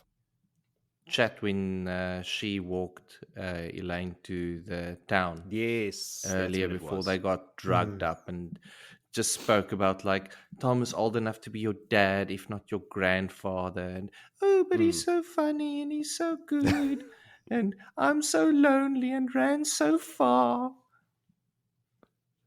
Yes, that is exactly what she sounds like. But yeah. Elayne? Is that you? So yeah, and that's basically how the chapter ends. I think in the next chapter, which I may have read, I'll have to check, is when they are... Yes, I did read it. They're in Tel'aran'rhiod. I hope so. Yeah. And that's the end. Villy? Anything? They now there, and they got a room. Cool. End of the story. I was wondering about the recovered Ter'aran'rhiod. Do you guys remember which ones they are and who they got them from? Nope. No. I'm assuming the one is from the woman that had Amathera, the Black Ajah sister that had Amathera tied up in the Panox Palace. The one that made us sing all the rude songs. She was... Yes. Yeah, she was in Tel'aran'rhiod at that time, so she must have been using it. So yeah. Yes. So, I mean, a couple of those sisters, if not each one of them, had one. Like they were actively using them, and they had like a bunch that were dream related. But I can't think of what the other one would be. Like the only other Black Ajah sisters they encountered in that. No, they got the balefire rod. But do they have that? Oh, Because the chick that was wielding it just disappeared. Yes. They don't know what happened to her. The way I read it is that they got 2 Dream Ter'aran'rhiod. Yeah, but I'm trying to figure out where from. Well, look, they were in the Panox Palace. They routed the Black Ajah and then went through all their shit and found it. But they never went through the Black Ajah's shit. No, it happened between the books. They squirreled Amathera out of the palace via the doorway that was either in a courtyard or not, and they got the fuck out of Dodge. Is it not Ter'aran'rhiod that Nynaeve grabbed when she grabbed the seal? Because some of them were sort of... The seal was camouflaged to be something else, but there was something else that she spot on the table, and she's like, I'll snatch you too. That part of the story actually sticks in my mind as well, Vil, because what happens is the stand that the seal is on gets hit by balefire and disappears, but the stuff inside it doesn't because it's Quaindiar. One of them is the seal, and it sounded at the time like something else fell there as well. It wasn't the half-finished statuette, Kudenkohl female. That was on a different stand. It's on a different stand. But I also recall potentially a Ter'aran'rhiod coming from that encounter. But I cannot for the life of me connect that with them knowing it's a dream Ter'aran'rhiod. For Elayne and Nynaeve to know it's a dream Ter'aran'rhiod, it would have to be one of the Ungreal or Ter'aran'rhiod described in Varen's list. Oh, well, we've got a mystery to put a pin in. Unless, do they have the porcupine one? No. That was the trap? That was not a porcupine, it was a hedgehog. Sorry, hedgehog. Yeah. Yeah. No one's got that one is destroyed. Didn't it destroy at that time? I don't think so. Or maybe they do. I don't think you can destroy a Ter'aran'rhiod. Oh, like it was a hand grenade Ter'aran'rhiod went off. It was not that. You're not helping. Unless it was a hand grenade Ter'aran'rhiod. Of course then. It was a holy hand grenade. There's mention here of Masema and the prophet in Gildan that the army cannot suppress. He must have a sizable following already at this stage. I mean, he's been brewing there since the end of book 2, since the end of the Great Hunt. So, I mean, he's been spending some time there. It's not an awful lot of time, but it is some time, and he's garnered quite a following. Well, you gotta expect that. I mean, now if you have to draw any sort of correlation to the times we lived in the last 4 years, it has proven that a lot of people will follow batshit crazy ideas. It's not like they had Twitter, though. Yeah. Yeah. I mean, they literally had birds, but not actual Twitter. It's They- hard to I spread think that they kind of did have message. actual Twitter. They had pigeon. But what made Pigeon, me what made me sort of question that is because Gildan is where Logain came up. Hmm. So there's already been a false dragon come out of that country, and now call it a year-ish, a year and change later, there's a guy preaching about the dragon reborn, and everyone's like, okay, cool, yeah, no, let's listen to this guy. The previous guy wasn't it, and we got all worked up about that, but this guy seems legit, even though he looks like a crazy person and speaks with a Shannara accent.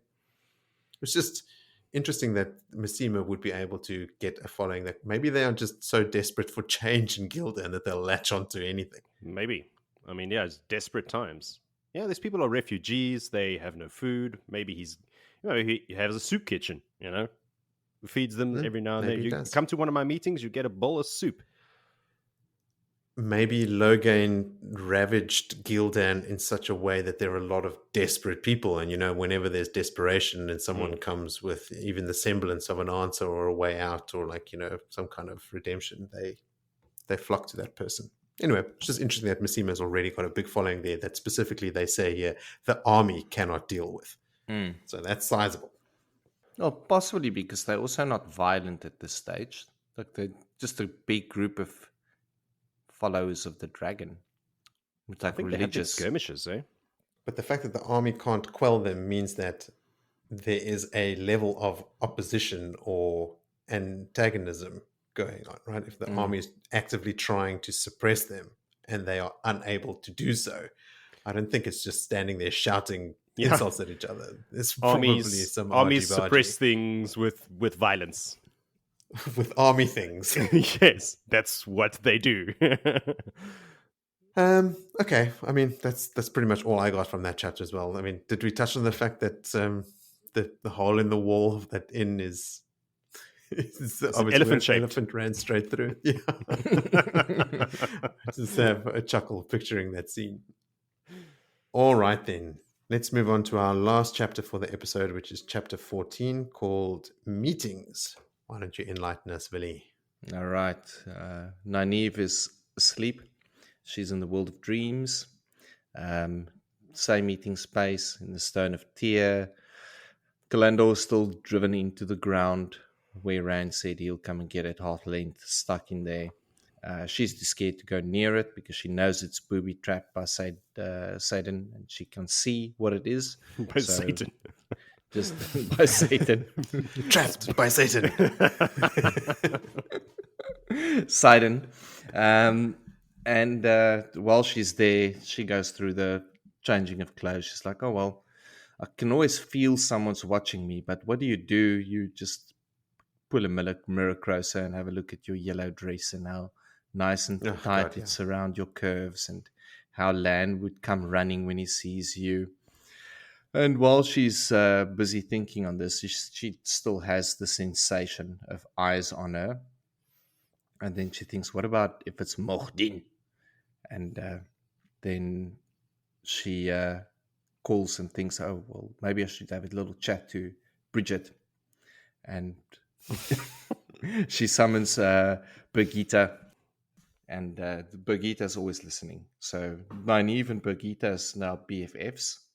They hang out. They work together. Yes. And the blonde hero pulls in. There's no Gaidel Kane with her. And Nynaeve says like, hey, where's Gaidel? And she's like, no, she hasn't seen him for a while now. Timeline shenanigans or time shenanigans. We finally get sort of an idea how the times is different in the world of dreams. And what was for them 1 day in the normal world, overworld, was 3 days in the world of dreams.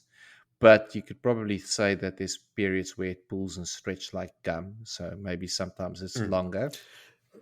the whole point of the exchange is that you can't apply a formula to it. Yeah. It's like it varies constantly. You can't even rely on anything. But she assumes that Gadal's been spat out or woven out into the pattern. So she predicts in the next couple of days or couple of years, she'll be born again.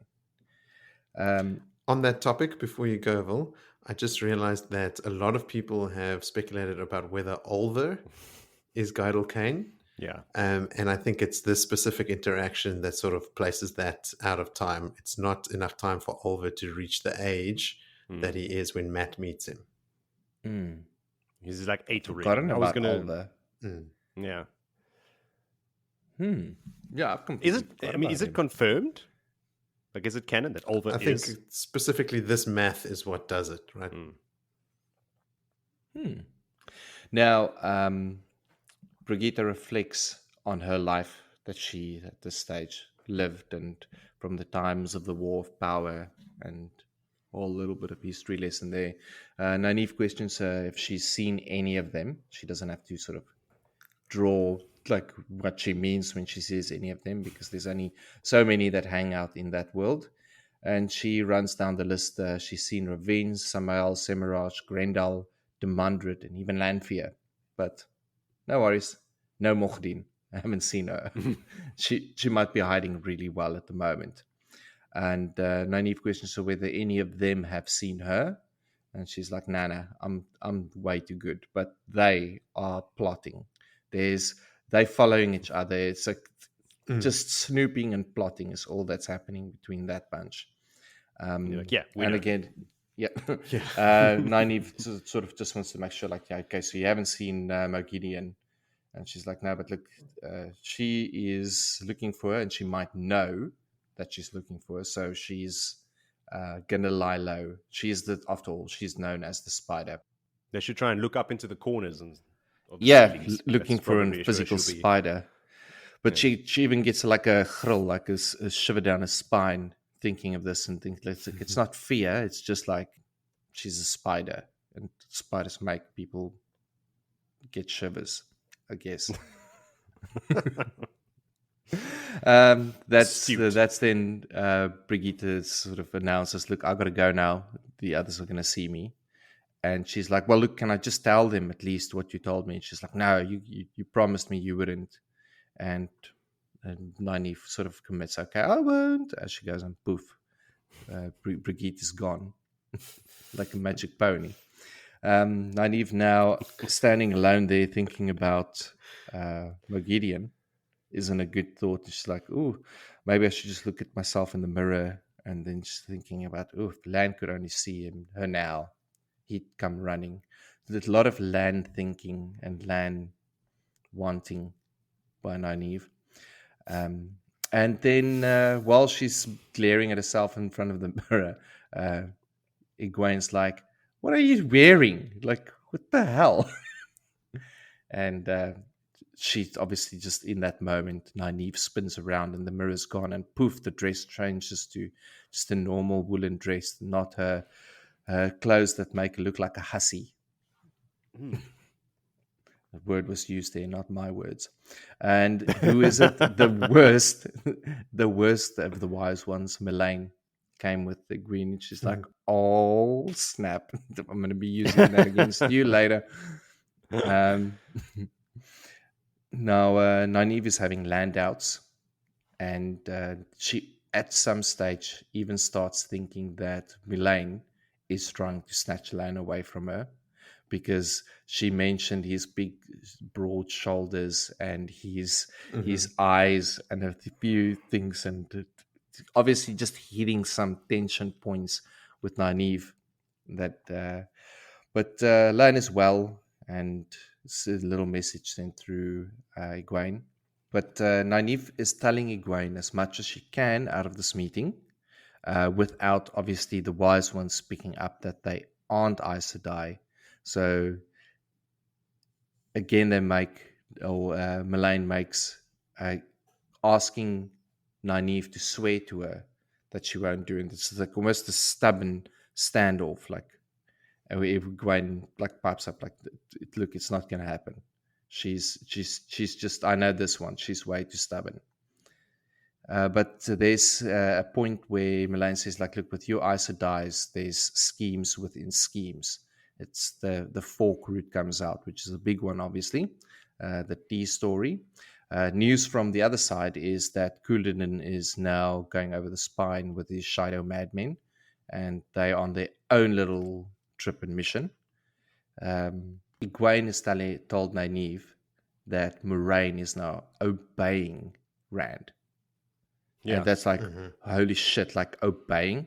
This is even when Elayne's like, this is just not proper. The way that Rand is now almost pushing his authority onto Moraine. And Nynaeve just cannot, like, she just cannot believe it. Like, damn, okay, this is big news. Like, Rand is obviously getting up there. With this, she, without breaking her oath to Birgitte, she tells him, like, look, the Forsaken is planning something, because that's just general sort of information, just like skirting the lines. Yes, sky's blue, water's wet, Forsaken are planning something. We know.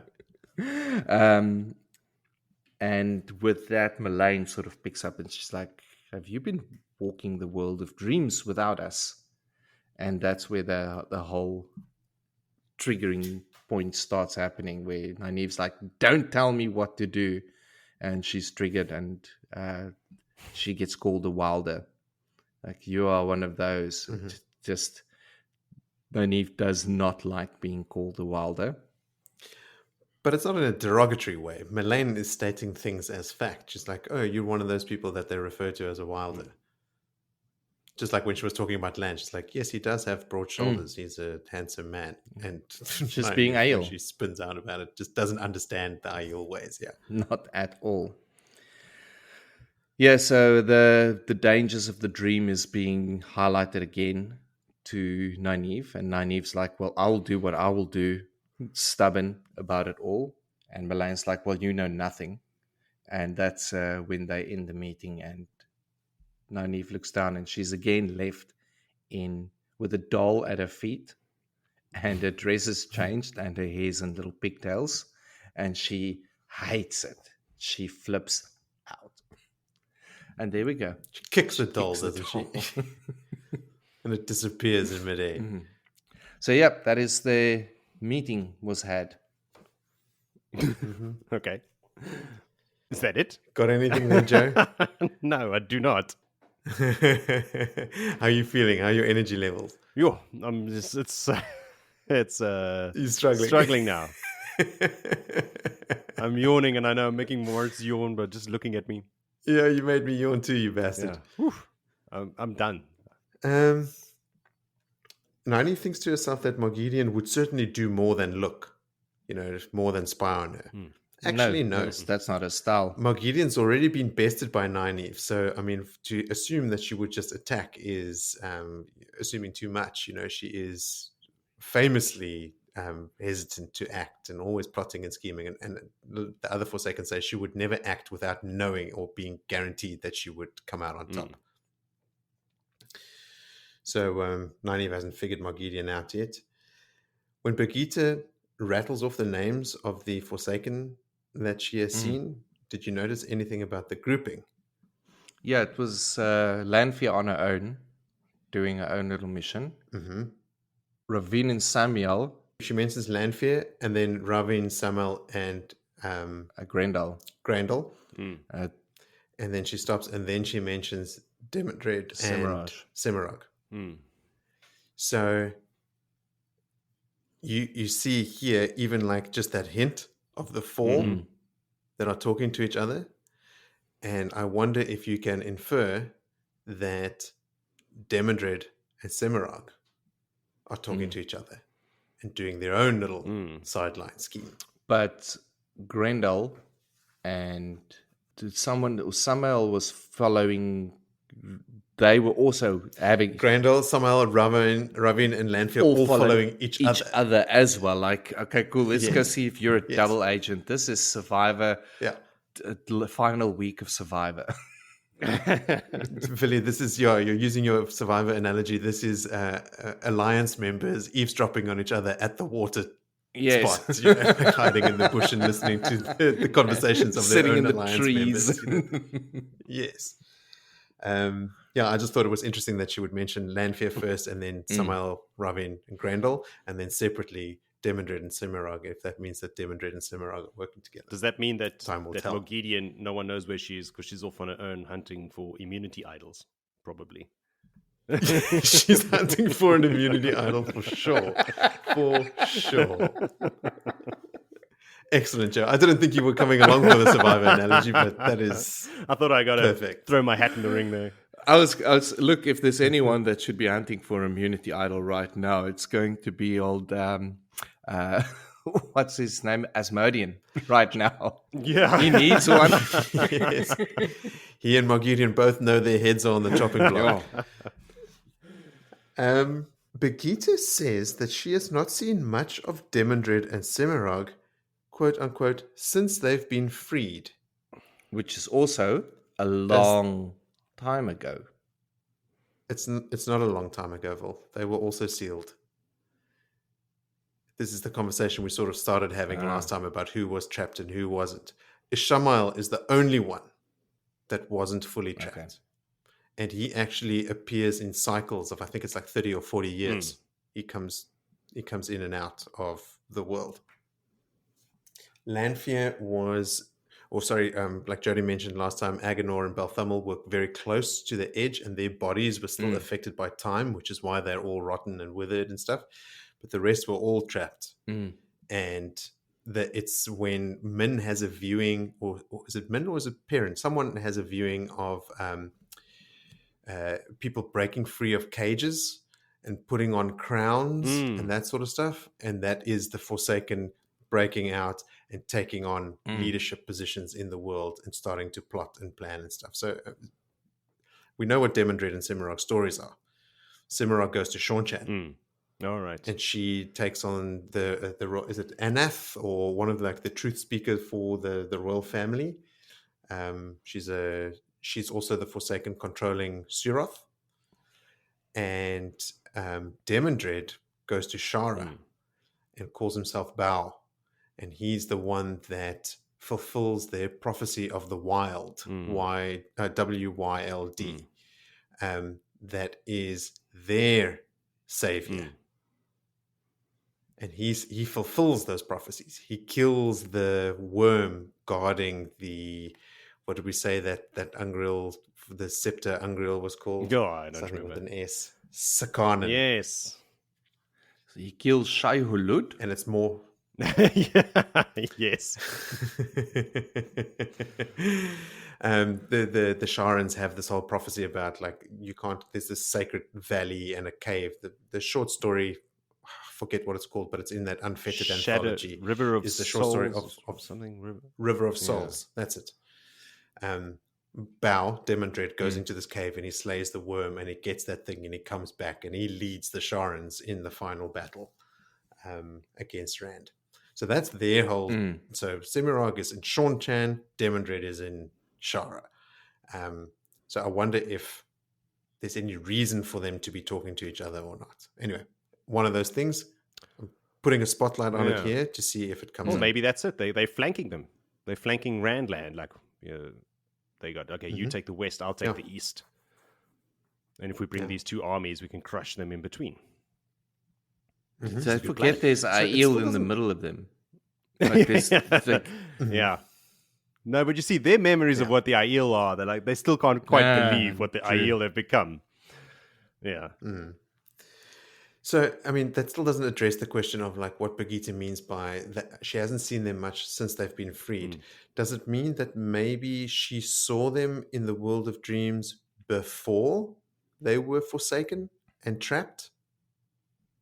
Because if Birgitte's soul is spun in and out of the world countless times over and over again through eternity, would a version of her have been in the world of dreams before the Age of Legends? Yes, because she says that. But when did she exist in the timeline of the Wheel of Time?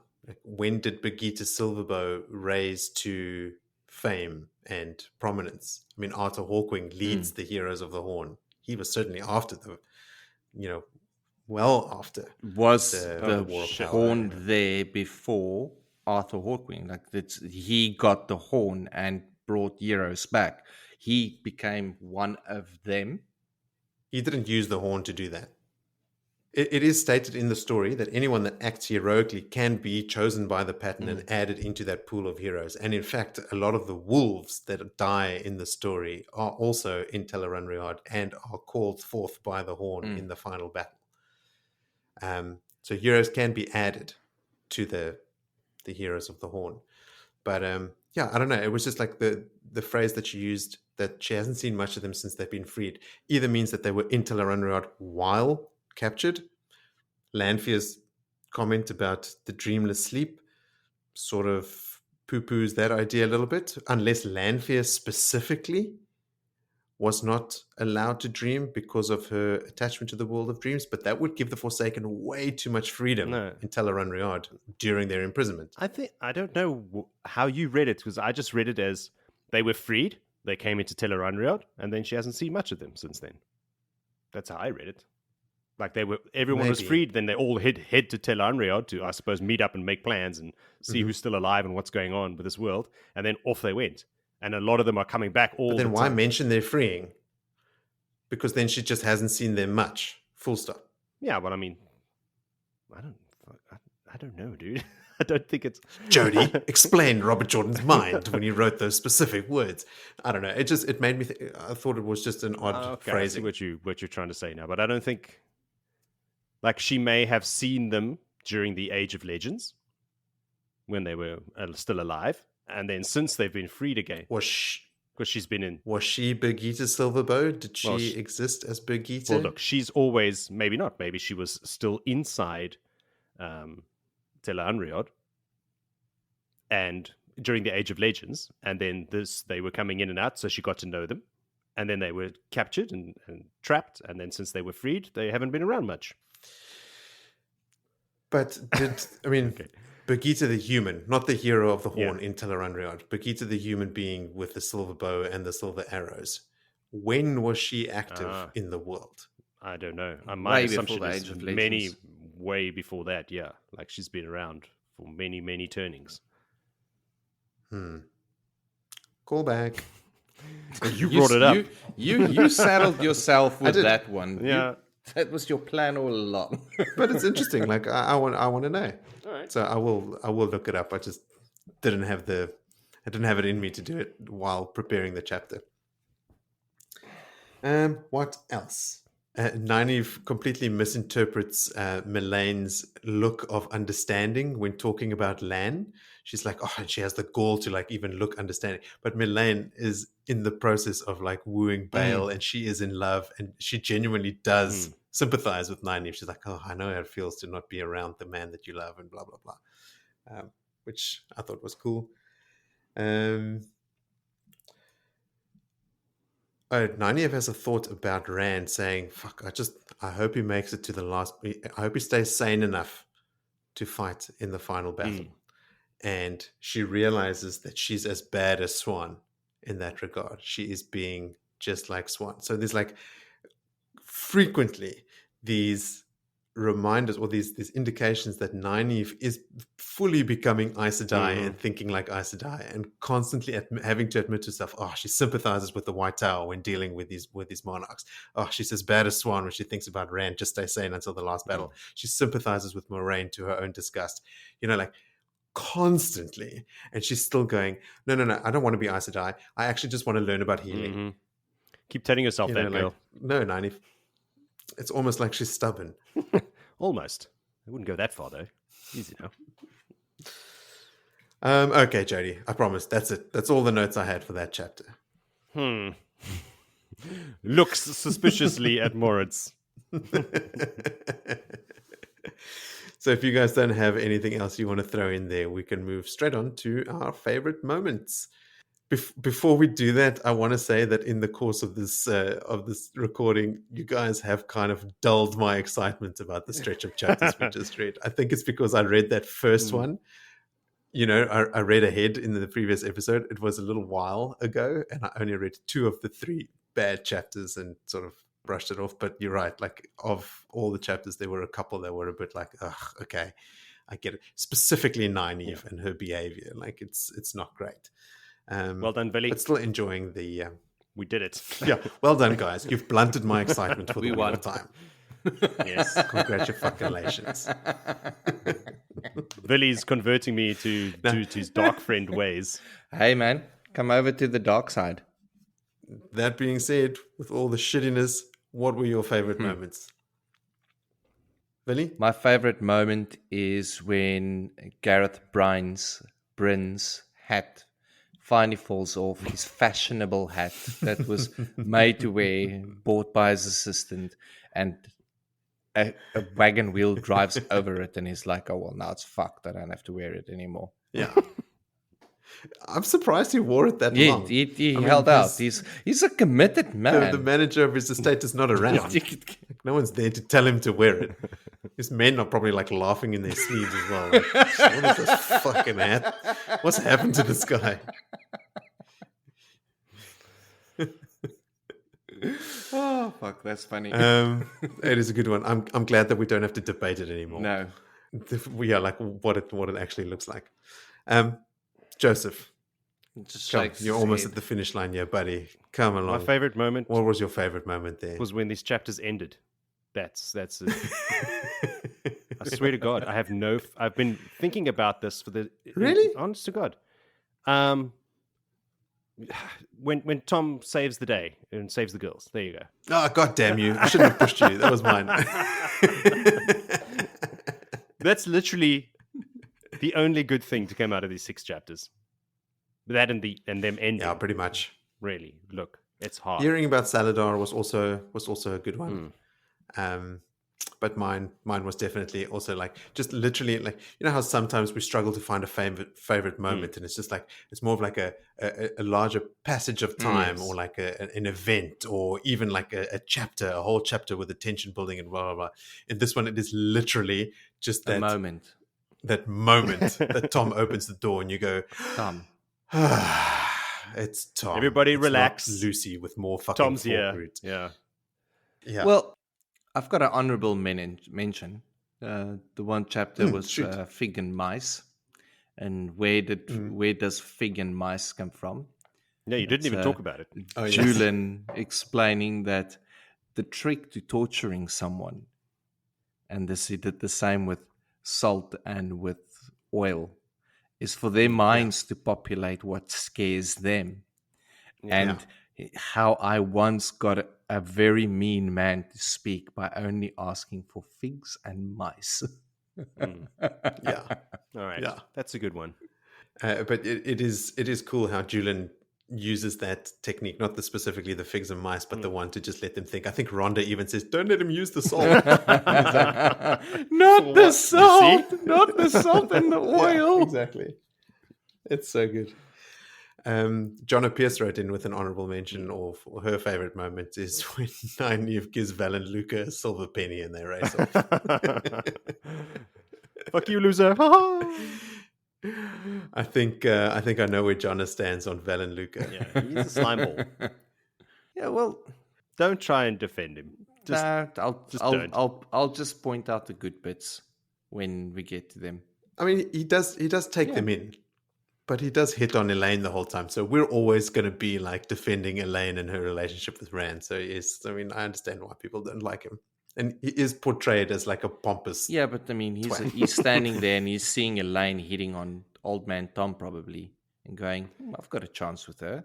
She's got it in for the old man. Tom's got a chance. I don't think he picked up on that from Elayne sitting inside the carriage and Tom driving and them stopping next to him. For 5 seconds. He's hitting on her here from the first moment he sees her. He's like, ooh, hello, your presence warms my heart, or some fucking bullshit. He starts laying on the flowery language already. Yeah. He goes straight to Elayne. But I mean, he could just be after her money as well. Another reason not to like him. Anyway, to our dear listeners that have sat through all that rambling, thank you for that. And send in your own rambling thoughts, your favorite moments, your thoughts, your theories. I don't think I've ever asked listeners to send in any questions they might have, but I think that could be because we're not exactly painted as Don't the do that, please. knowers of all things. Please don't ask us questions.